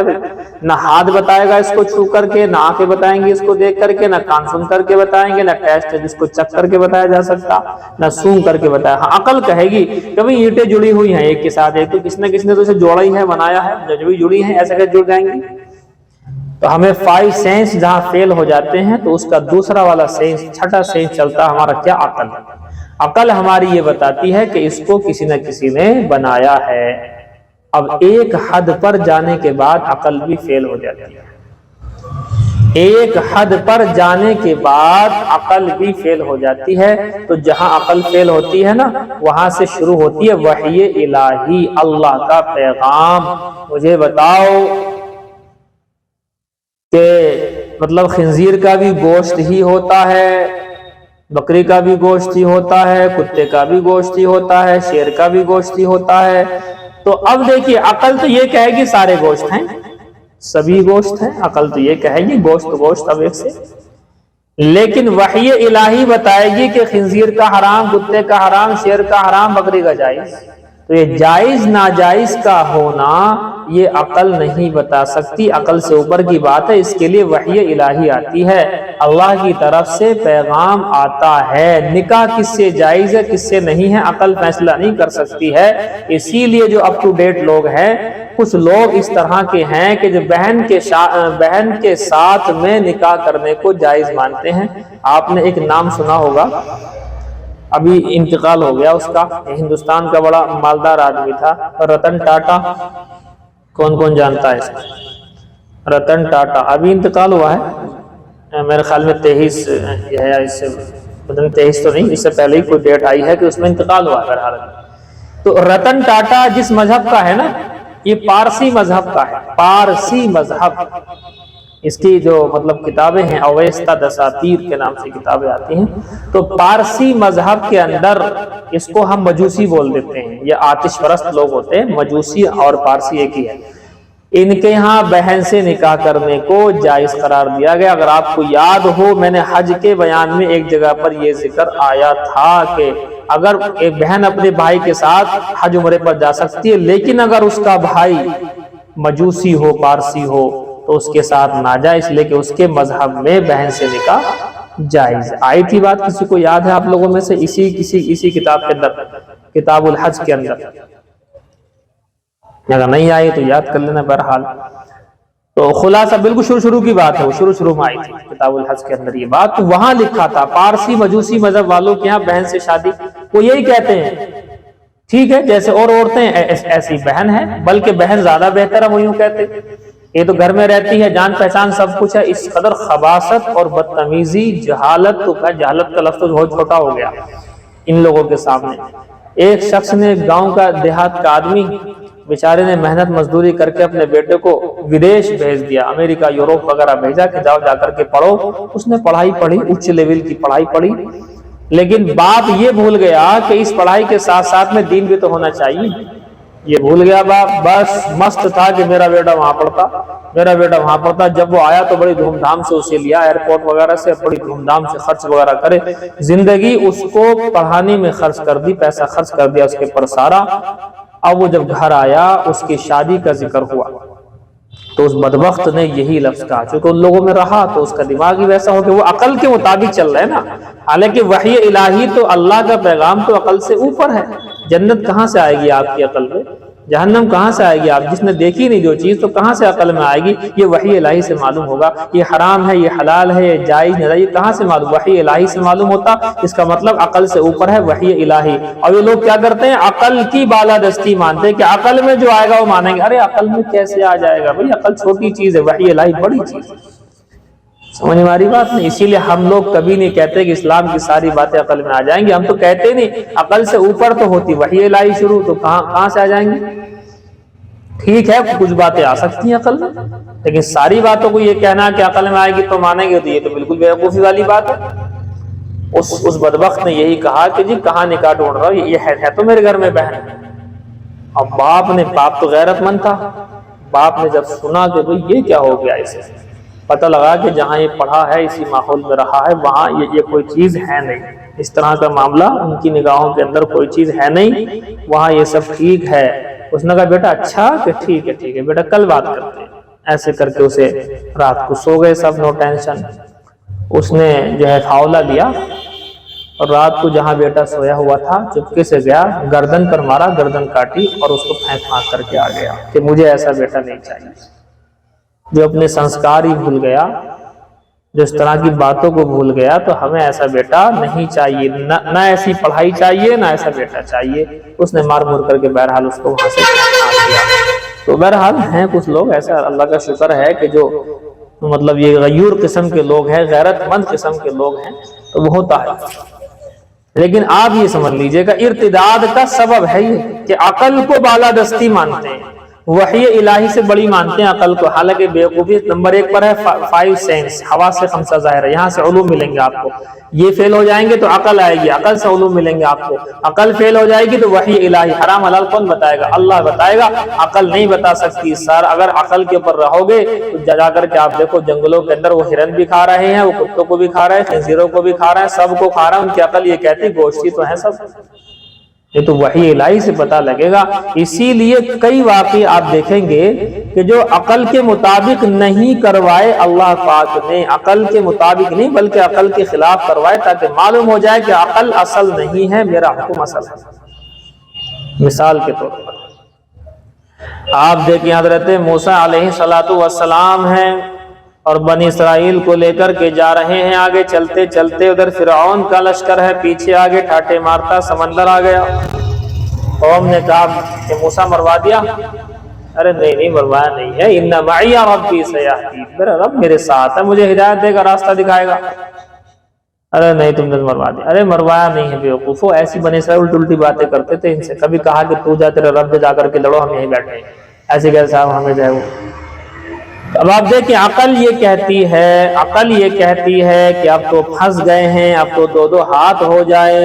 اور یہ تو شعر میں بھی لکھا ہوا ہے، ایک شعر ہے عربی کا شعر، یہ جو گلستہ نامی کتاب آپ نے پڑھی ہوگا، گلستہ بوستہ، یہ فارسی میں، لیکن یہ شعر اس کے اندر عربی میں لکھا ہوا ہے۔ اذا یئس الانسان طال لسانه کسنور مغلوب یصول علی القلب، کہ جب انسان کی زبان لمبی ہو جاتی ہے تو ایسا ہو جاتا ہے جیسا کہ وہ بلی جو مغلوب ہو گئی۔ بلی جب کتے سے ہار جاتی ہے، مغلوب ہو جاتی ہے، تھک جاتی ہے، تو بلی کتے پر حملہ بول دیتی ہے کہ اب تم مرنا تو ہے ہی لو۔ مرنا ہے تو مار کر کے مر جاؤ۔ تو بلی پھنسنے کے بعد کتے پر بھی حملہ کر دیتی ہے، پہلے بھاگتی ہے، پھر جب دیکھتی ہے کہ نہیں بچ سکتی تو اب کتے پر حملہ کرے گی، یا تو بچ گئے تو بچ گئی، ورنہ مرنا تو ہے۔ ایسے ہی عقل تو یہی کہتی ہے کہ موسیٰ اب تو لاٹھی لو اور جاؤ اپنا جو فرعون کے لشکر پر مارو اور فرعون کا سر پھوڑو، اس سے فرعون کا سر پھوٹے گا بات بنے گی۔ اللہ نے کہا موسیٰ لاٹھی فرعون کے سر پر نہیں بلکہ کہاں مارنی ہے؟ سمندر پر مارنی ہے۔ ساری عقلیں حیران، ساری دنیا کی عقلیں حیران پریشان کہ آخر لاٹھی سمندر پر مارنے سے کیا ہو رہا، پانی پر لاٹھی مارنے سے کیا ہو جائے گا؟ لاٹھی مارنی چاہیے کس کے اوپر؟ ادھر جو پیچھے لشکر آ رہا ہے اس پر مارنی چاہیے، فرعون کے سر پر مارنی چاہیے۔ تو عقل فیل ہو گئی نہیں ہو گئی؟ اب اللہ نے کہا عقل تمہاری فیل، جو میں کہہ رہا ہوں وہ کرو۔ تو اللہ کا حکم تھا لاٹھی پانی پر ماری تو اللہ کی مدد آئی، 12 راستے بنے، پھر وہاں سے نکلے اور فرعون اس کے اندر غرق ہوا۔ سوچنے والی بات ہے، آدمی کی عقل کیا اس پر کام کر سکتی ہے؟ آدمی کی عقل تو یہ کہے گی جو آپ نے شعر سنایا کہ اب تو بھیا حملہ کر لو، اب تو ہو ہی گئے۔ لیکن اللہ کا حکم وحی الہی عقل سے اوپر کی چیز ہے۔ ادھر سے 70,000 جادوگر ہیں، 70,000 جادوگر سامنے سے آ گئے۔ فَإِذَا حِبَالُهُمْ وَعِصِيُّهُمْ، ان کی لاٹھیاں، ان کی رسیاں، يُخَيَّلُ إِلَيْهِ مِنْ سِحْرِهِمْ، جادو ایسا کرا أَنَّهَا تَسْعَىٰ، سانپ کی طرح سے دوڑ کر کے آ رہے ہیں۔ 70,000 سانپ ایک ساتھ کسی پر حملہ کرنے کے لیے آ جائے، ظاہر سی بات ہے، بڑی بات ہے۔ لیکن آپ دیکھیں عقل کہہ رہی ہے موسیٰ لاٹھی کو مضبوط پکڑ لے، سانپ آ رہے ہیں۔ عقل تو یہی کہے گی، آپ کے یہاں بھی ایسی ہوتا ہوگا، ہمارے یہاں بھی ایسی ہوتا ہے کہ اگر سامنے سانپ آ جائے، لاٹھی ہاتھ میں نہیں تو اٹھانے کی کوشش کرتے ہیں کہیں سے ایک دم، اور ہاتھ میں ہو تو مضبوط پکڑنے کی کوشش کرتے ہیں ایک دم، تو آگے سانپ آ رہا ہے۔ ایسا کوئی عقل مند نہیں ہے اس جہاں کے اندر کہ سامنے سانپ آ رہا ہے، لاٹھی ہاتھ میں، لاٹھی پھینکو بھی، لاٹھی پھینکو سانپ آ گیا، ایسا کون کہے گا؟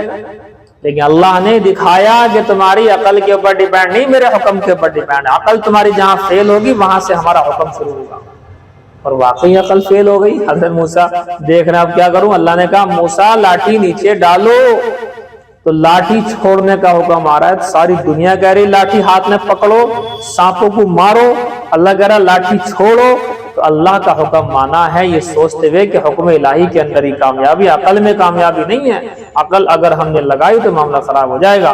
عقل میں اگر اللہ کا حکم آ جائے تو بڑی اچھی بات ہے، لیکن اگر نہیں آئے تو ہمیں عقل کو چھوڑ کر کے نقل کو، یعنی اللہ کے قرآن و حدیث کو ماننا پڑے گا۔ حضرت موسیٰ نے مانا، لاٹھی نیچے ڈالی، بڑا اژدہا بنا، 70,000 کو نگل گیا۔ تو چھوڑنے کا حکم عقل کے خلاف ہے، اور یہ بتانا مقصد تھا کہ تم خالی مت کہنا کہ جو عقل میں آئے گا وہ مانیں گے۔ حضرت موسیٰ اگر کہتے جی میری عقل میں تو نہیں آ رہی کہ لاٹھی جو ہے پانی پہ ماروں، کہ میری عقل میں تو نہیں آ رہی بات کہ جو ہے اپنی لاٹھی چھوڑ دوں، اس ٹائم آ رہے ہیں سانپ سامنے سے، لیکن نہیں کہا کہ عقل کا کوئی میٹر ہی نہیں ہے، اللہ کے حکم کا میٹر ہے۔ شیطان نے بھی لگائی عقل، انا خیر من، میں اس سے بہتر ہوں، میری آگ ہے، آگ اوپر کی طرف جاتی ہے، یہ مٹی نیچے کی طرف جاتا ہے، عقل لگا لی اس نے۔ ارے عقل کے آگے حکم الہی تو دیکھتا، حکم الہی جیسا تھا ویسا کرنا تھا، چونکہ حکم الہی عقل کے خلاف تھا اس کی۔ تو اس نے جو ہے ان ڈاکٹر ماسٹر وکیلوں کی طرح سے عقل لڑائی کہ ہم تو عقل پر رہتے ہیں، عقل میں نہیں آ رہی بات یہ، تو یہی بات سمجھنے کی ہے کہ عقل میں ساری بات اسلام کی آ جائیں، ایسا ہمارا دعویٰ ہی نہیں ہے۔ ہم کہتے ہیں 5 سینس، اس کے اوپر عقل سے اوپر ہے وحی الہی، تو ہو سکتا ہے وحی، اگر ساری باتیں عقل میں آ سکتی ہیں تو وحی الہی کی ضرورت نہیں تھی۔ اگر عقل سے ہی فیصلہ ہوتا کہ خنزیر کا گوشت حرام ہونا چاہیے، اور جو ہے آپ کے کتے بلی کا گوشت حرام ہونا چاہیے، اور بکرا بکری کا حلال ہونا چاہیے، اگر یہ عقل فیصلہ کرتی وحی الہی کی ضرورت نہ ہوتی۔ آج جنگلوں کے اندر جو لوگ کھا رہے ہیں، خنزیر بھی کھا رہے ہیں، بکرا بکری بھی کھا رہے ہیں، وہ لوگ یہ نہ سمجھتے، ان کی عقل کہتی کہ یہ حرام ہے حلال، کیونکہ عقل نہیں کہہ سکتی اس چیز کو۔ سمجھ میں آ رہی بات نہیں جی؟ بتاؤ کس کس کی سمجھ میں آیا یہ مفصل بیان؟ ہاں تو لکھو کیا کیا لکھا آپ نے اسباب ارتداد میں؟ پہلا سبب نہیں، نمبر 1 بتاؤ، جہالت۔ نمبر 2 عصری دنیاوی علوم کو کیا کرنا؟ پوری لائن بتاؤ۔ فوقیت دینا کہ بھیا ہم تو عصری علوم پڑھے ہوئے ہیں اور تم مولوی ہمارے سامنے کیا تم نے دینی پڑھے کیا ایسے تمہاری یہ فوقیت دے رہے ہیں، ان کا ایمان ختم ہوتا ہے، مرتد ہوتے ہیں ایسے لوگ۔ اور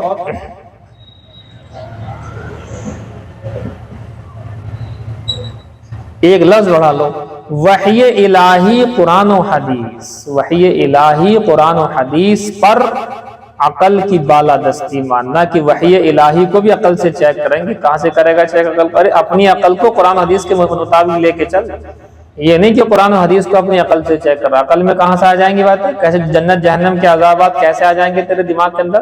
مالا عین رأت، جنت کی نعمت نہ کسی آنکھ نے دیکھی، ولا اذن سمعت، نہ کسی کان نے سنی، ولا خطر علی قلب بشر، کسی کے بشر کے دل پر اس کا وہم و خیال نہیں گزرا، تو کہاں سے تیری عقل میں آ جائے گی؟ تو انکار کر دے گا، پھر تو عقل میں نہیں آئے گی۔ اور اللہ خود کہاں آتا ہے کسی کی عقل کے اندر؟ سوچنے والی بات ہے۔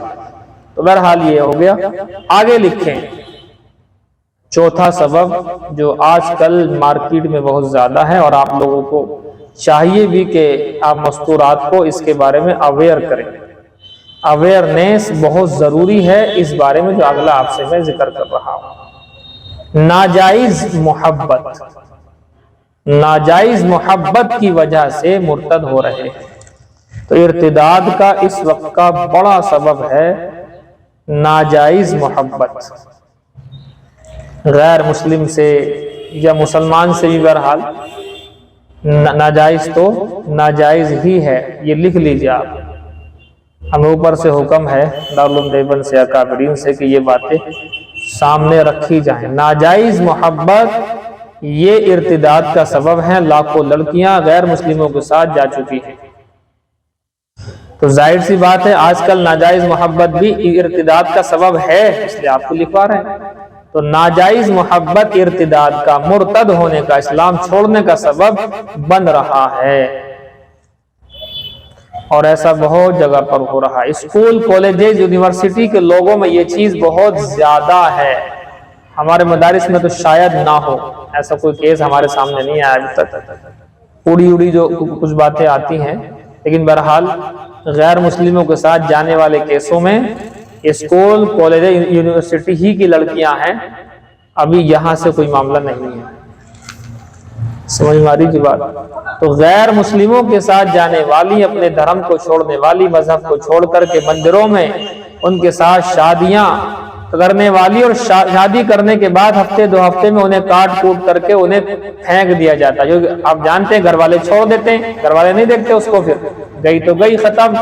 اور وہ اس بات کو سمجھ جاتا ہے کہ بھئی یہ تو آ گئی میرے پاس، اس کا تو کوئی ہے ہی نہیں، اب اسے مارو کاٹو کچھ بھی کرو، نہ یہ چیخے گی نہ چلائے گی، کرے گی کیا؟ گھر نہیں جا سکتی، یہاں ہمارا رکھوں گا نہیں۔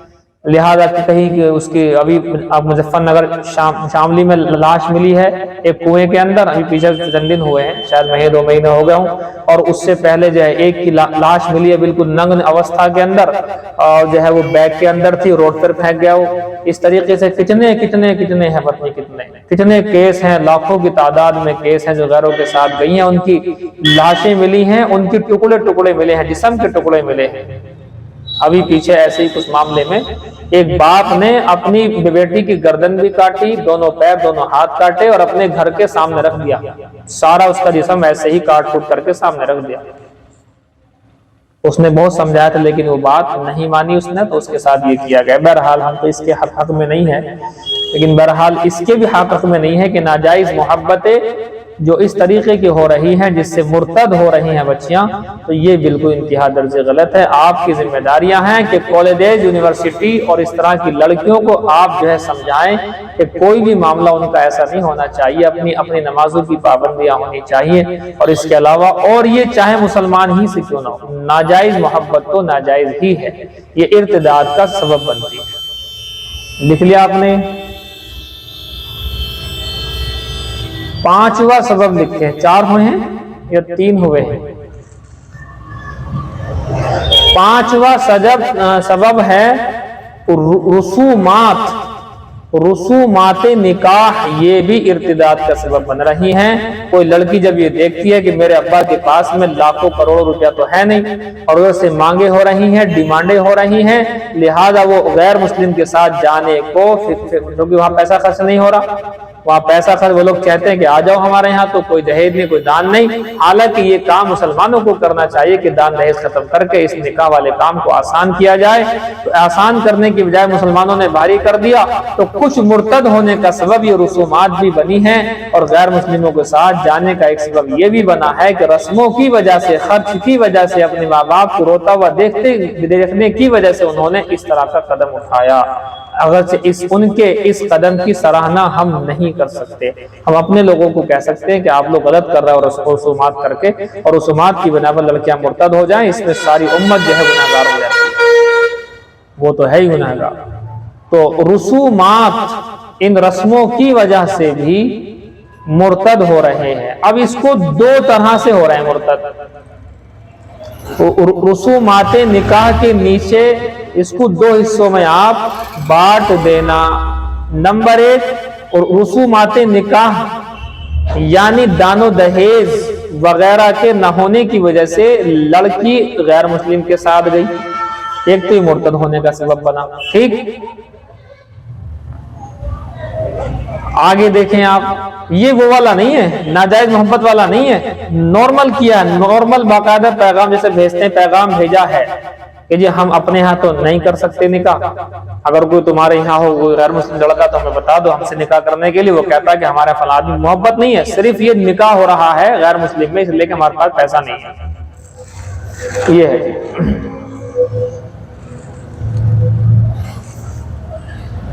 تو یہ جو رسومات نے بہت معاملہ خراب کر رکھا، اللہ حفاظت فرمائے۔ ان رسومات کو نبھانے والے کتنے بڑے گناہگار ہیں، ان کا اس کو اندازہ بھی نہیں، ان لوگوں کو اس کا اندازہ نہیں۔ اور دوسرا لکھو، اسی کا حصہ ہے وہ، رسومات نبھانے کی وجہ سے مسلمانوں میں ہو رہے ہیں نکاح، لیکن اس کے باوجود وہ مرتد ہو رہے ہیں بہت سے۔ رسومات نبھانے کی وجہ سے، مسلمانوں میں نکاح ہونے کی وجہ سے بہت سے لوگ مرتد ہوتے ہیں۔ وہ کیسے؟ ڈی جے بجانا حرام ہے، کسی نے جا کر کے روکا تو وہ روکنے والے سے لڑ رہا ہے، حاجی صاحب یہ کوئی بات نہیں، تو خوشی کا موقع ہے، نہیں ناجائز کو جائز کہہ رہا ہے، یہ تو خوشی کا موقع ہے، اور خوشی کے موقع پہ تو ڈی جے ہونا چاہیے۔ ابھی جو دیکھو ناجائز بتا رہے ہیں ہم، تو وہ اسے جائز بتا رہا ہے، اور ناجائز کو جائز رسومات کہنا، ناجائز رسم کو، ناجائز عمل کو، شادی بیاہ کی جو رسم رسومات ہیں اس میں سے کسی ایک کو بھی جائز کہنے سے ایمان ختم ہو جاتا ہے، آدمی مرتد ہو جاتا ہے، یہ بھی سوچنا چاہیے۔ سمجھ میں بات نہیں؟ اب اس کی شادی کی رسومات میں کئی ٹائپس ہیں، آپ کو جیسے ہلدی، جیسے ہلدی والی رسم چلتی ہے، سارے پیلے پیلے کپڑے پہننا ہے، لڑکیاں پیلے کپڑے، لڑکے پیلے، لڑکے پتہ نہیں پہنتے نہیں پہنتے، لڑکیوں کو بتایا شاید ہمیں کس نے بتایا گھر سے، ہمیں کیسے جو ہے پیلے پیلے کپڑے پہنے جاتے ہیں ہلدی کی رسم میں۔ سوچو یہ رسم کہاں سے آئی ہے؟ غیر مسلموں سے آئی ہے، اور کتاب میں لکھا ہے غیر مسلموں کی کسی رسم کی تعظیم اگر کر دی، غیر مسلموں کی کسی رسم اور تیوہار کی تعظیم کرنے سے ایمان کا خاتمہ ہوتا ہے، یہ بھی ارتداد تک پہنچاتی ہے۔ اگرچہ انہیں محسوس نہیں ہوتا، نماز پڑھ لیتی ہیں بعد میں تو ایمان واپسی آ جاتا ہے، انہیں پتہ بھی لگتا ہے کہ اتنی دیر تک ہمارا ایمان جو ہے گڑبڑا گیا تھا۔ اس لیے تو کہتے ہیں کہ ان سے بچو، ان چیزوں سے دور رہو، پتہ نہیں کب اس کا ایمان نکل کے باہر بھاگ رہا ہے۔ تو ارتداد کا یہ کتنا ہے؟ نمبر 5، پانچواں سبب ہے رسومات نکاح۔ رسومات نکاح میں دو حصے کر چکا ہوں، ایک تو رسومات نکاح سے بھاگ کر کچھ غیر مسلموں میں جو ہے رشتہ بھیج رہی ہیں، وہاں سے ان کے ساتھ میں جو ہے نکاح ہو رہے ہیں، تاکہ ہمارے ہاں لاکھوں کروڑوں کی رسم بس کر کے اور ہم وہاں نکاح کر لیں گے، تو وہاں ہمارا نکاح ویسے ہی ہو جائے گا فری، کیونکہ غیر مسلم کہہ رہے ہیں کہ آ جاؤ، اچھا پھر بعد میں مار بھی دیتے ہیں، اکثر کے ساتھ یہی ہوا ہے۔ اچھا جی، دوسرا میں نے بتایا کہ رسومات نکاح، مسلمان کا نکاح مسلمان میں ہو رہا ہے، لیکن رسومات کو جائز قرار دیا جا رہا ہے، ناجائز کو جائز قرار دیا جا رہا ہے۔ اور آپ جانتے ہیں، ابھی آپ نے پڑھ لیا اوپر، کہ اگر ناجائز کو جائز قرار دیا گیا تو اس سے ایمان ختم ہو جاتا ہے۔ اور آپ دیکھو ایک چیز اور بتا دوں اسی میں، بسا اوقات بڑی حیرانی کی بات آپ نے دیکھا ہوگا، بہت سی جو ہے نا ہلدی والی رسم کے اندر ہلدی جب لگاتے ہیں تو معلوم ہے کیا پڑھتے ہیں؟ بسم اللہ الرحمن الرحیم۔ یہ آپ نوٹ کرنا میری بات. بسم اللہ پڑھ کے لگا رہے ہیں مہندی، ایک تو رسم ہے ناجائز اور حرام، اس رسم پر آپ بسم اللہ پڑھ کر کے لگائیں گے. بتائیے ایمان کہاں سے رہ جائے گا؟ آپ سمجھ میں آ رہی ہے آپ کی بات ہی تھوڑی سی باریکی سے کیوں ہو رہا ہے یہاں پر یہ ایمان ختم؟ کوئی عورت ہلدی کی رسم میں گئی، وہ اس کو غلط سمجھتی، ناجائز ہے، غلط ہے، گئی مگر وہ تو حرام ہوا، لیکن ایمان اس کا رہ گیا، ایمان بچ گیا اس کا، اور حرام کام کی سزا اسے ملے گی دنیا میں آخرت میں. لیکن ایک عورت گئی ہے اور جا کر کے بسم اللہ پڑھ کے ہلدی لگا رہی ہے، بسم اللہ پڑھ کر اس رسم کو شروع کیا جا رہا ہے، بسم اللہ پڑھ کے فوٹو کھنچایا جا رہا ہے، تو بتائیے کیسے ایمان بچے گا؟ سمجھ میں آ رہی اس بات؟ ایمان نہیں بچے گا. اگر بسم اللہ ناجائز کام پر پڑھی گئی تو اس سے ایمان نہیں بچتا ہے. یہ آپ بات جو ہے سوچ لیجیے گا. اچھا جی، ٹائم ہو گیا. تو 5ویں کی 2 شقیں لکھ لی آپ نے الگ الگ کر کے. یہ بہت قیمتی باتیں بتا رہا ہوں، اس کو نوٹ بھی کرنا، یاد بھی کرنا، اور اپنے بیانات جہاں مستورات میں کرتے ہیں ارتداد کے اسباب اسی طریقے سے بیان کرنے ہیں آپ کو. یہ ارتداد کے اسباب میں آپ سے اس کا فوٹو کھینچ کر کے منگاؤں گا، آپ کو بھیجنا پڑے گا کہ لکھے نہیں لکھے آپ نے. ان 5 کا کسی ایک کی کاپی کا صاف لکھیے، مجھے فوٹو کھینچ کر کے بھیجنا، کبھی آپ نہ لکھ رہے ہو. سال میں 1 سال کے اندر کچھ اسباق بہت زیادہ قیمتی ہوتے ہیں، ان میں سے ایک سبق یہ ہے جو آپ کے سامنے بیان کیا جا رہا ہے. چلیے سوم والے آئیں گے، انہیں بھیجو. دیکھیے جی، مشکات الاثار میں حضرت سعد ابن ابی وقاص کا نام آیا تھا. تو حضرت سعد ابن ابی وقاص رضی اللہ تعالی عنہ نام تو ہو ہی گیا، سعد، ابا کا نام بھی ہو گیا ابو وقاص. فاتح ایران کہلاتے ہیں، فاتح ایران، اسی لیے ایران کے لوگ ان سے بڑے وہ رہتے ہیں، خفا رہتے ہیں. حضرت عمر کے زمانے میں حضرت عمر کی جانب سے سعد بن ابی وقاص نے اس کو جو ہے باقاعدہ ایران کو کیا تھا فتح. تو یہ بڑی الجھن میں رہتے ہیں. تو فاتح ایران قریش کے قبیلہ بنو زہرہ سے ان کا تعلق تھا. اچھا حضور سے بھی رشتہ ہے ان کا، ایک بھی نوٹ کر لیجئے، ممیرے بھائی ہیں. سعد ابن ابی وقاص حضور صلی اللہ علیہ وسلم کے کیسے بھائی ہیں؟ ممیرے، مامو زاد بھائی لکھا جاتا، ممیرے مت لکھ لینا، یہ ممیرے تو ہماری بھاشا میں بولا جاتا، مامو زاد بھائی.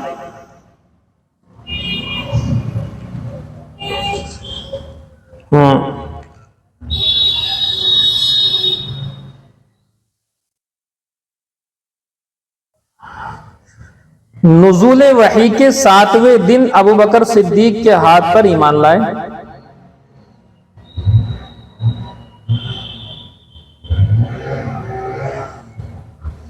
آپ کا نام عشرہ مبشرہ میں بھی ہے، ابو بکر، عمر، عثمان، علی، سعد، سعید. یہ سعد وہی ہے، سعد بن ابی وقاص. سعد، سعید، طلحہ، زبیر، ابو عبیدہ بن جراح، عبد الرحمن بن عوف. سعد، سعید، طلحہ، زبیر، ابو عبیدہ، عبد الرحمن بن عوف. 6 یہ ہو گئے، 4 10 ہو گئے. لکھا آپ نے وحی کے نزول وحی کے 7ویں دن ابو بکر صدیق کے ہاتھ پر اسلام لائے، اور آپ کا شمار عشرہ مبشرہ میں بھی ہے.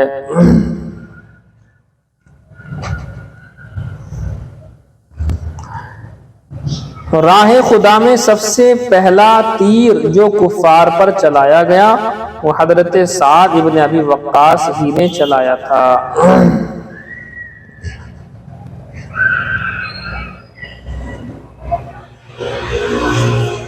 اللہ کے نبی صلی اللہ علیہ وسلم نے ان کے لیے خاص طور پر دعا فرمائی تھی.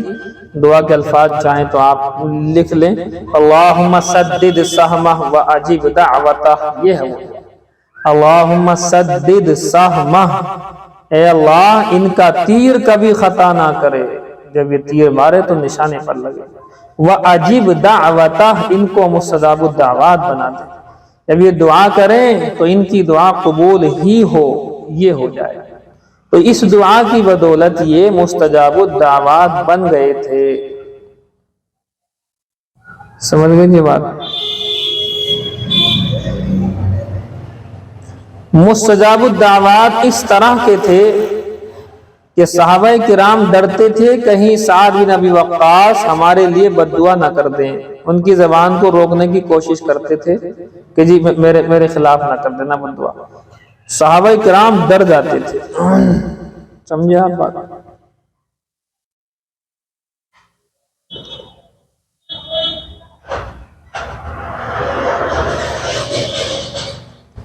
کتابوں میں لکھا ہے کہ اپنے بیٹے کو ایک مرتبہ ایک مقام پر بد دعا دیتے تھے. عمر بن سعد، عمر جو ہے عمر بن سعد، سعد کا ایک بیٹا ہے عمر. عمر بن سعد نے ایک غلام کو مارا جس کی وجہ سے غلام خونم خان ہو گیا. جب وہ خونم خان ہوا تو آ کر کے سعد بن وقاص سے کہا کہ جی ایسے ایسے آپ کا جو بیٹا ہے مجھے اس نے مار لگائی اس قدر کہ میں جو ہے خونم خان ہو گیا. تو یہ آئے، انہوں نے اپنے بیٹے کے لیے زبان سے بد دعا نکل گئی کہ اے اللہ جیسے اس نے میرے بیٹے عمر نے اس کو خونم خان کیا ہے ایسے تو بھی اسے خونم خان کر دے. تو اب یہ بد دعا جو ہوئی ہے خونم خان کرنے کی عمر بن سعد کے لیے، تو آپ سمجھ لیجئے عمر بن سعد وہ شخص ہے کہ جو حسین کے قاتلوں میں جی قاتلان حسین میں شمار ہے عمر بن سعد کا. اب سوچیں، اور بڑی عجیب و غریب موت بھی آئی. جی مائک بند کر لیں گے، جینس آوازیں آ رہی ہیں، جینس آوازیں آ رہی ہیں. جی مائک بند کر لیجیے اگر کسی کے گھر فون جو ہے اسٹارٹ ہے.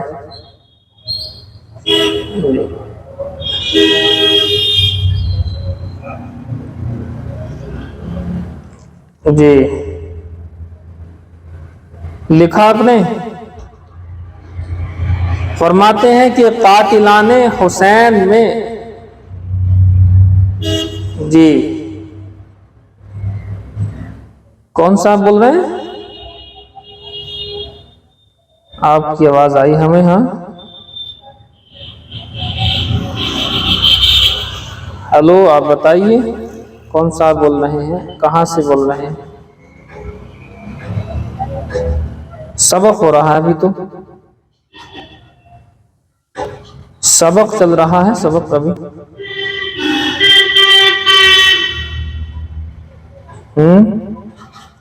سبق چل رہا ہے ابھی.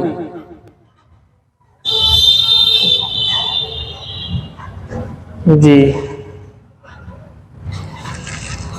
بھئی آپ کیوں دیکھ رہے ہیں؟ مستورات کا سبق ہے تو آپ کو اگر بات کرنی ہے تو آپ الگ سے کال لگائیے اپنے نمبر سے اور بات کیجئے. اب ان کا سبق ہونے دو. آپ کہاں سے بول رہے ہیں؟ سہسپور سے ہیں یا کہاں سے ہیں آپ؟ ہمارے یہاں سے ہیں؟ کہاں سے؟ کئی جگہ کال لگی ہوئی ہے ہماری. جی جو کوفے میں ان کو ذمہ دار کے طور پر رکھا گیا سعد بن ابی وقاص کو، تو وہاں ایک بڑے میاں نے فتنہ ابھارنا شروع کر دیا. ایک فتنہ ایسا ابھارا کہ حضرت عمر تک شکایتیں پہنچنی شروع ہو گئی. حضرت عمر کو شکایتیں پہنچنے لگی. ایسا لگا کہ جیسے حضرت سعد بن وقاص بالکل غلط ہیں، حالانکہ وہ دیکھ رہے تھے کہ یہ تو بہت بڑا مقام والے آدمی ہیں، غلط کیسے ہو سکتے ہیں. حضرت عمر نے آدمی بھیجا کہ جاؤ الگ سے جا کر کے جانچ پڑتال کرو. تو جہاں حضرت عمر کو مدینے میں ایسا لگ رہا تھا کہ شاید حضرت سعد بن ابی وقاص کے خلاف بہت زیادہ ماحول مطلب گرم ہے، شاید ایسا محسوس ہو رہا تھا. تو کہتے ہیں کہ جب ان کی تحقیق کی گئی تو ہر مسجد میں جا کر کے حضرت سعد کے مطابق معلوم کیا گیا. سب نے کہا جی بڑے اچھے آدمی سوائے ایک شخص کے. بڑے میاں تھا، وہ عجیب ٹائپ کا بڑے میاں تھا. اس نے ہی سارے گاؤں میں سارے شہر میں پھیل کر کے بس ایک ہی بات، یہ غلط وہ غلط، انصاف نہیں کرتے، یہ نہیں کرتے وہ نہیں کرتے. وہ منفقین تھا. وہ حضرت سعد کو جب معلوم ہوا کہ اچھا اس نے ایسا ایسا کیا، انہیں یہی نہیں پتا کیا چل رہا ہے، بیچارے اللہ اللہ میں لگے ہوئے تھے وہ تو۔ کہتے ہیں جب یہ بات سامنے آئی تو حضرت سعد نے 3 بد دعائیں دی۔ حضرت سعد نے اس کو 3 بد دعائیں دی کہ اے اللہ، نمبر 1 تو یہ کہ ایک تو یہ بوڑھا ہو ہی چکا، پریشان ہے، اب اس کی عمر میں اضافہ کر دے تاکہ اور بوڑھا ہو جائے، کڑکڑا جائے بالکل۔ دوسرا، اس کے فقر میں، محتاجگی میں زیادتی کر دے۔ اگر عمر زیادہ ہو، مال بہت، تب بھی آدمی کنٹرول کر لے، لیکن مال بھی نہیں ہے اور عمر بھی زیادہ ہو جائے تو اور زیادہ دقت والی بات ہے۔ رہ رہ کے آدمی پھر لوگوں سے ملے گا، بیڑیاں مانگے گا، بھیک مانگے گا، ایسے کر کے۔ اور تیسرا بتایا کہ بد دعا کی، اور بد دعا میں یہ تھا کہ یا اللہ اسے فتنے کے اندر مبتلا کر دے، تو وہ بزرگ جو ہے فتنے کے اندر مبتلا بھی ہوا، مستورات کے فتنے کے اندر مبتلا بھی ہوا۔ تو یہ جو ہے وہ کہا بھی کرتا تھا کہ وہ مجھے جو ہے سعد کی بد دعا لگ گئی، مجھے جو ہے سعد کی بد دعا لگ گئی۔ اس طریقے سے 3 بد دعائیں دی اور اس کا بیڑا غرق ہو گیا۔ اسی لیے کسی امام کے خلاف جو لوگ یہ فتنہ پردازی کرتے ہیں نا بنا فالتو، امام کو تو پتہ بھی نہیں ہوتا کیا چل رہا ہے باہر، سمجھ ہماری بات۔ تو بہرحال یہ اس طرح کے لوگوں کا انجام پھر یہی ہوتا ہے۔ یہ ہے جی حضرت سعد ابن ابی وقاص کے مستجاب الدعوات ہونے کا واقعہ، اور بہت سے واقعے ہیں ان کے، جس سے معلوم ہوتا ہے کہ یہاں سے دعا کی اور وہاں ان کی دعا قبول ہو گئی۔ تو صحابہ کرام ان کی بد دعا سے ڈرتے تھے، ہاں ان کی بد دعا سے ڈرتے تھے کہیں ہمارے خلاف سعد جو ہے بول نہ دے کچھ۔ سمجھ گئے جی آپ بات، یہ ہے جی بات۔ اب یہ روایت دیکھو، آپ ایک آدھ روایت تو پڑھو۔ کتنے نمبر بتایا آپ نے روایت کا؟ 108 نمبر کی روایت بتائی۔ 1 منٹ رک جائیے، ہم 85 تک پہنچ چکے ہیں، 1 منٹ اور آگے بڑھ گئے ہیں۔ والموفون بعہدہم، یہ تو ہو گیا 99۔ 108 بتا رہے ہیں آپ، 108 ہے تو یہ 106 یہ تو ہو گئی۔ 106 کے بعد میں 7 والی بھی ہو گئی۔ اچھا، حضرت سعد کا بیان اسی میں تو آیا ہے۔ جی یہی ہے۔ بہرحال ان کا انتقال بھی آپ جو ہے لکھ لو، مقام عقیق کے اندر ان کا انتقال ہوا، مقام عقیق کے اندر ان کا انتقال ہوا، مدینہ کے پاس میں ہے وہ جگہ۔ آپ کے جنازے کو جو ہے مدینہ لایا گیا، مروان بن حکم نے جنازے کی نماز پڑھائی۔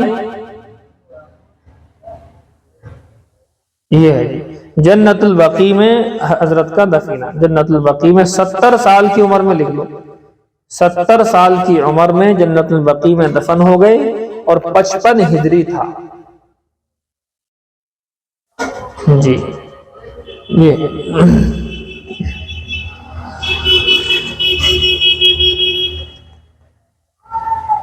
دیکھیے، قال عتبہ بن غزوان رضی اللہ تعالی عنہ، حضرت عتبہ بن غزوان رضی اللہ تعالی عنہ نے کہا، لقد رأیتنی وانی لسابع سبعۃ مع رسول اللہ صلی اللہ علیہ وسلم، فرماتے ہیں کہ میں نے دیکھا اپنے آپ کو اس حال میں کہ میں 7 لوگوں میں سے 7واں ہوں، اللہ کے رسول صلی اللہ علیہ وسلم کے ساتھ، حضور کے ساتھ 7 میں سے 7واں ہوں، یعنی 7 نمبر پر 6 میرے علاوہ تھے۔ مالنا طعام، ہمارے پاس کھانے کو کوئی چیز نہیں تھی، الا ورق الشجرہ، مگر ہاں کچھ درخت کے پتے ہوا کرتے تھے، وہ ہم جو ہے کھایا کرتے تھے۔ حتی تقرحت اشداقنا، فرماتے ہیں ہمارے جبڑے چھل گئے، تقرحت چھل جانا، اشداق جبڑے چھل گئے۔ فالتقطت بردتن، تو ہمیں اتفاق سے ایک چادر مل گئی، فقسمتها بینی و بین سعد، تو میں نے اس چادر کو اپنے اور حضرت سعد بن وقاص کے درمیان بانٹ لیا۔ یہ ہے بات، یعنی ایسا وقت بھی گزرا ہے جنگوں کے میدان کے اندر کہ جنگ لڑنے میں کھانے کے لیے بھی کچھ جو ہے میسر نہیں ہوا، اور یہ سب ہماری آپ کی وجہ سے ہوا ہے تاکہ ہم تک دین پہنچ جائے۔ اتنی دین محنت کرنے کے بعد ہم تک پہنچا ہے، یہ ہے بات۔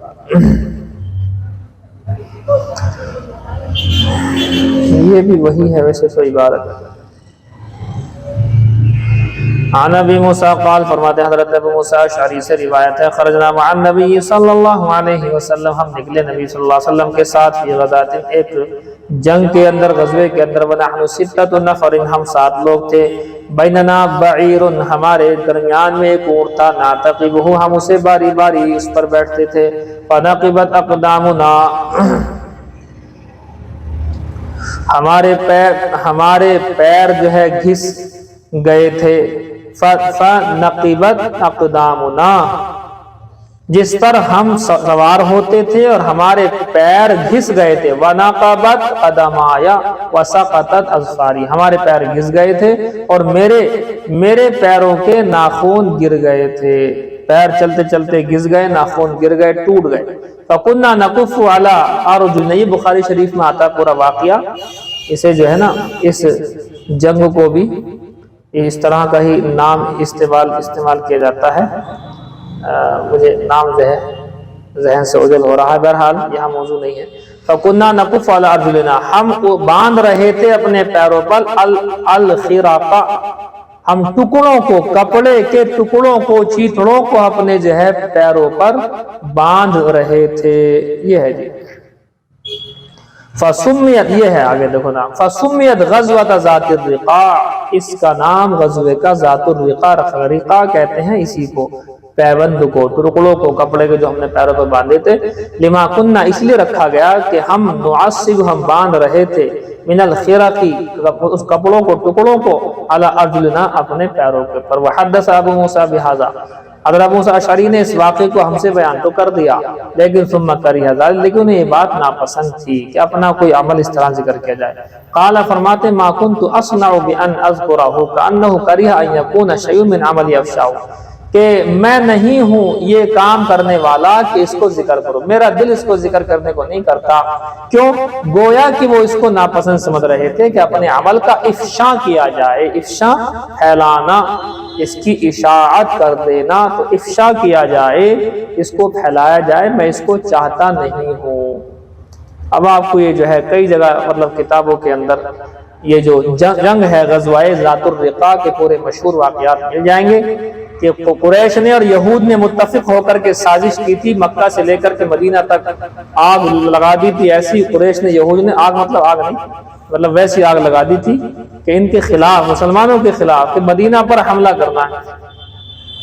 تو بہرحال بہت سارے قبیلے اس کے اندر شامل ہو گئے، انمار کے نام سے، ثعلبہ کے نام سے، یہ سب لوگ ہو گئے تھے اکٹھا، اور پھر اللہ کے نبی صلی اللہ علیہ وسلم نے وہاں سے 400 صحابہ کو لے کر کے ذات الرقاع تک آپ گئے ہیں، اور پھر وہ جو ہے وہ لوگ جو آ رہے تھے جنگ لڑنے کے لیے وہ بھاگ گئے، یہ ہوا تھا، جنگ لڑ نہیں پائے، یہ حضور یہاں سے چلے گئے پہلے ہی، لہذا حضور کے آنے کی خبر سن کر کے رعب ایسا پڑ گیا کہ وہ بھاگ گئے۔ اسی غزوے کے اندر بخاری شریف کی حدیث ہے کہ صلاۃ خوف کی ابتدا ہوئی، صلاۃ خوف نامی نماز جو پڑھی جاتی ہے وہ کہیں ذکر آئے گا تب بتائیں گے، آپ کا موضوع نہیں ہے، یہ ہے جی بس۔ چلیے، گھنٹہ ہو گیا آپ کا، سارے اسباق ہو گئے، بس بخاری کے علاوہ سارے اسباق تو ہو گئے نا آپ لوگوں کے۔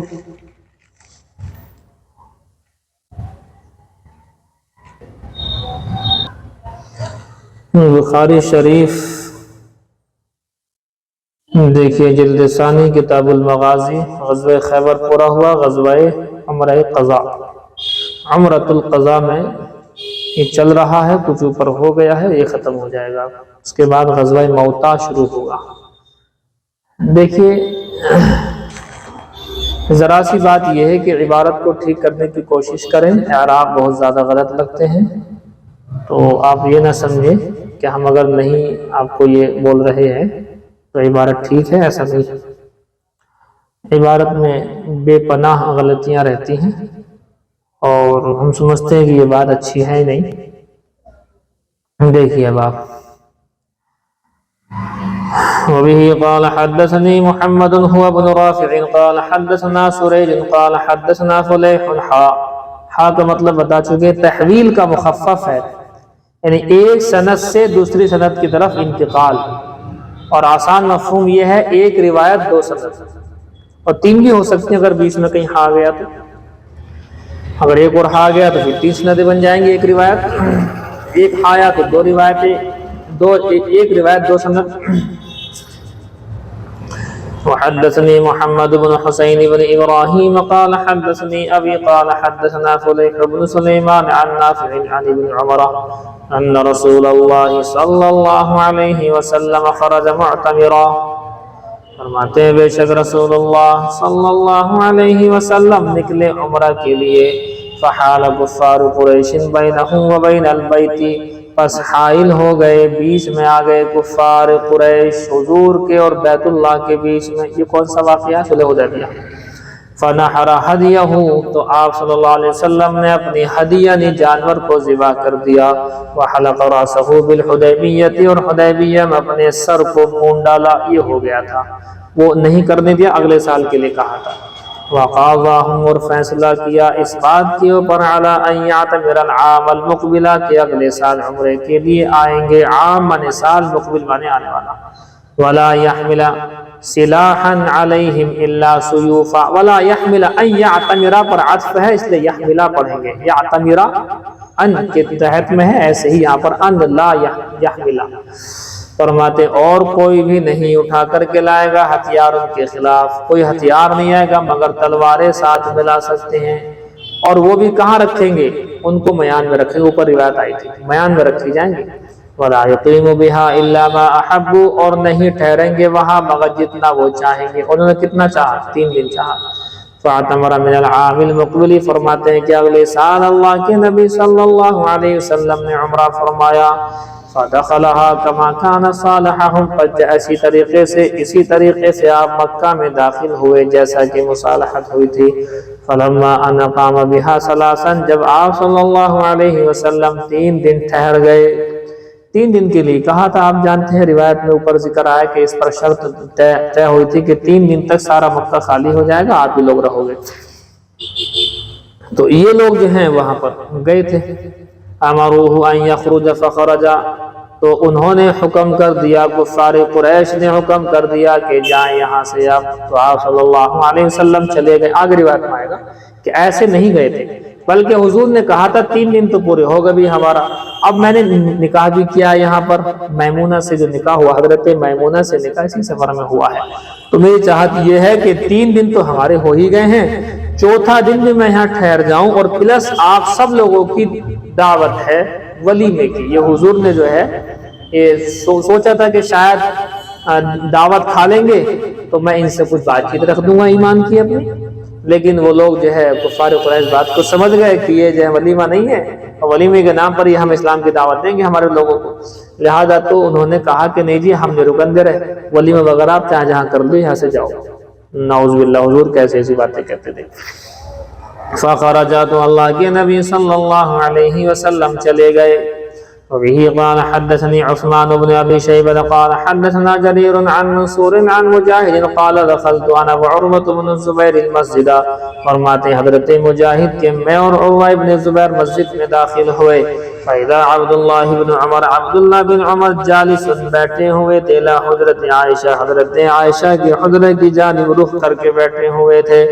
ثم قال، تو انہوں نے کہا، کم اعتمر النبی صلی اللہ علیہ وسلم، تو کسی نے پوچھا کہ اللہ کے نبی صلی اللہ علیہ وسلم نے کتنے عمرے کیے؟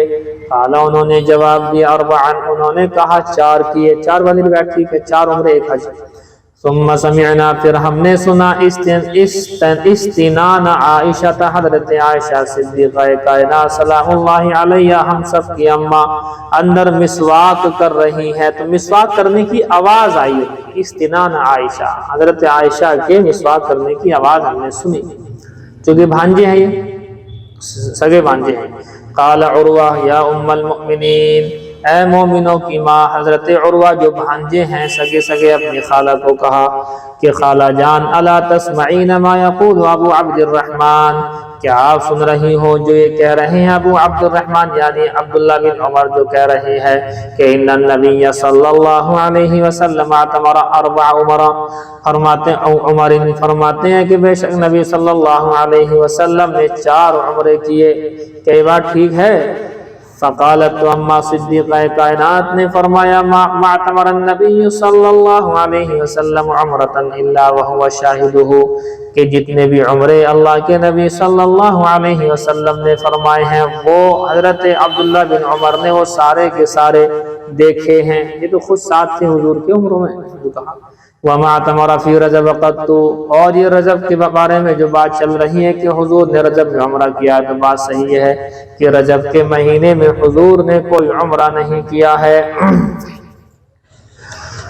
وبه قال حدثنا علي بن عبد الله قال حدثنا سفيان عن اسماعیل بن ابی خالد سمع ابن ابی اوفا، کہتے ہیں اسماعیل ابن ابی خالد نے سنا ابن ابی اوفا کو یقول، وہ کہہ رہے تھے لما اعتمر رسول اللہ صلی اللہ علیہ وسلم، جب اللہ کے رسول صلی اللہ علیہ وسلم نے عمرہ فرمایا، سترناہ، تو ہم چھپا رہے تھے اللہ کے نبی صلی اللہ علیہ وسلم کو چاروں طرف سے گھیرے میں لے کر کے، جب جو ہے سعی وغیرہ اور طواف وغیرہ کر رہے، چونکہ وہ لوگ پہاڑوں پر تھے تو کہیں پہاڑوں پر سے تیر برسانا نہ شروع کر دے، کیونکہ کفار سے کبھی بھی جو ہے ہم یہ نہیں ہو سکتا کہ ہم نے معاہدہ کر لے تو یہ لوگ توڑ نہیں سکتے، یہ کچھ بھی کر سکتے، ان کے نزدیک کچھ بھی نہیں۔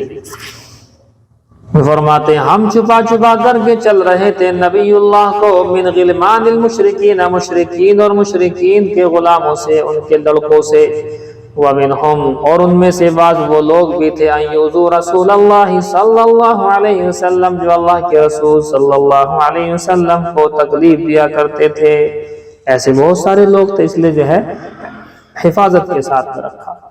وبه قال حدثنا سليمان بن حرب قال حدثنا حماد هو ابن زيد عن أيوب عن سعيد بن جبير عن ابن عباس رضي الله تعالى عنهما قال ابن عباس فرماتے ہیں قدم رسول اللہ صلی اللہ علیہ وسلم واصحابہ، کہ اللہ کے رسول صلی اللہ علیہ وسلم آئے اور ان کے صحابہ آئے، ساتھی آئے، فقال المشرکون، تو مشرکین نے یہ بات کہی انہو یقدم علیکم وفد واہنہم حما یثرب، فرماتے ہیں یہ اصل میں مشرکین کہہ رہے تھے یثرب کے اندر رہ کر کے، یثرب مطلب مدینہ، مدینہ کا نام ہے یثرب، یہ پرانا نام ہے، اب ہم اس نام کا استعمال نہیں کرتے۔ یثرب کے اندر بیماریاں بہت تھیں تو وہاں جا کر آدمی بیمار ہو جاتا، تو کفار نے کہا کہ ارے ان میں دم وم نہیں رہا، یہ وہاں رہ کے آ رہے ہیں، تو یہ یثرب کے بخار نے انہیں توڑ دیا، ان میں کوئی دم وم نہیں ہے۔ تو حضور نے جو ہے صحابہ کرام کو، مردوں کو حکم دیا کہ رمل کرے، 3 چکروں میں رمل کیا چیز ہے؟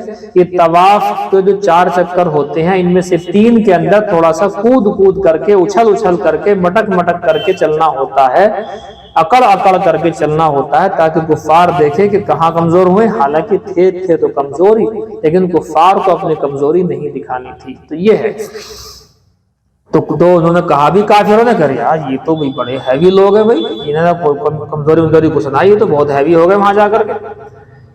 کہتے ہیں فقال المشرکون، مشرکین کہنے لگے انہو یقدم علیکم، بے شک تمہارے پاس یہ ایسی جماعت، وفد ایسی جماعت آئی ہے، وہنہم حما یثرب، انہیں یثرب کے بخار نے توڑ دیا ہے۔ وامرہ النبی صلی اللہ علیہ وسلم، حضور کو تو معلوم ہو گیا وحی الہی سے، تو اللہ کے نبی صلی اللہ علیہ وسلم نے صحابہ کو حکم کر دیا ان یرملوا الاشواط ثلاثہ، کہ طواف کے پہلے 3 چکروں کے اندر رمل کریں، وان یمشوا ما بین رکنین، اور جو 2 رکن ہیں، رکن یمانی اور رکن حجر اسود، ان دونوں کے درمیان میں آرام سے چلیں۔ کیوں کہا؟ کیونکہ وہاں جب جایا کرتے تھے اس کھوٹ میں صحابہ، تو وہ جو پہاڑ والا جہاں یہ کفار و مشرکین تھے، وہاں سے یہ کھوٹ نہیں دکھائی دیتی، تو وہاں صحابہ آرام سے جو ہے چل لیا کرتے تھے۔ وَلَمْ يَمْنَعْهُ أَنْ يَأْمُرَهُمْ أَنْ يَرْمَلُوا الْأَشْوَاطَ كُلِّهَا إِلَّا الْإِبْقَاءُ عَلَيْهِمْ، اور نہیں روکا اللہ کے نبی کو کسی چیز نے یہ حکم دینے سے کہ سارے کے سارے چکروں میں رمل کیا جائے، مگر یہ کہ بعد میں یہ حکم باقی رہ جائے گا، بعد والوں کو دقت آئے گی، اس لیے حضور نے 3 کے لیے ہی کہا۔ اب چاہتے تو 7 میں بھی کر سکتے تھے، رمل کو مردوں کے لیے ہے، عورتوں کے لیے حکم نہیں ہے، تو حضور نے جو ہے کہیں آئندہ چل کر کے باقی رہے عمل، تو اس لیے میں 3 میں ہی حکم دیا۔ وزاد ابن سلمہ عن ایوب عن سعید بن جبیر عن ابن عباس رضی اللہ تعالی عنہما فرماتے ہیں لما قدم النبی صلی اللہ علیہ وسلم، جب آئے نبی صلی اللہ علیہ وسلم لعامہ الذی استعمنا، اس سال آئے جس سال امن تھا، قال ارملو کہا کہ تم جو ہے اس میں رمل کرو، لیر المشرکون قوتہم تاکہ مشرکین ان پہاڑوں پہ سے تمہیں دیکھ لیں، تمہاری طاقت کو دیکھو، تمہاری طاقت دیکھیں، والمشرکون من قبالی قعیقعان، یہ قعیقعان پہاڑ کی جانب سے مشرکین دیکھ رہے تھے چپکے چپکے سے۔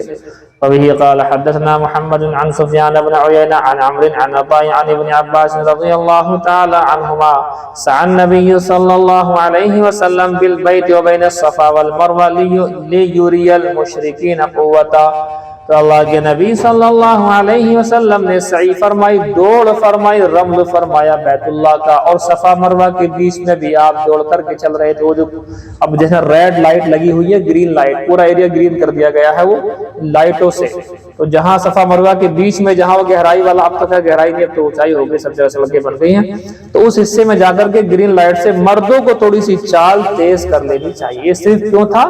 لیوری المشرکین قوتا، تاکہ اللہ کے نبی صلی اللہ علیہ وسلم دکھا رہے تھے اپنی طاقت مشرکین کو کہ ہمیں یثرب کے بخار نے کمزور نہیں کیا ہے، یہ تھا مقصد۔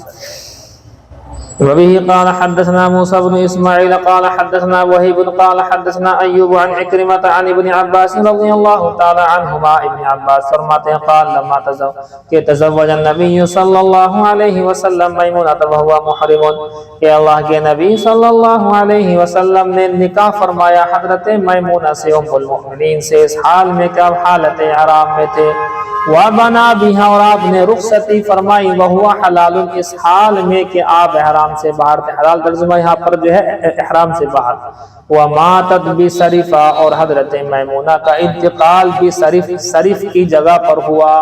جب انہوں نے کفار مشرکین نے کہا جی آپ جاؤ یہاں سے جہاں چاہے کرو ولیمہ، تو آپ کا نکاح بھی ہوا تھا سرف جو جگہ ہے وہاں، آپ کے مطلب رخصتی بھی اسی جگہ پر ہوئی، ولیمہ بھی اسی جگہ پر ہوا، اور اینڈ یہ کہ آخری زمانے میں حضرت میمونہ جب جو ہے ایک مرتبہ یہاں آ رہی تھی، گزر رہی تھی، سرف نامی جگہ پر جہاں حضور کے ساتھ وہ رہی ہیں، اسی جگہ پر پہنچنے کے بعد ان کا انتقال ہوا۔ ایک ہی جگہ رخصتی، ایک ہی جگہ جو ہے وہاں رہنا، ایک ہی جگہ ہے ولیمہ، اور اسی جگہ پر بعد میں انتقال ہوا۔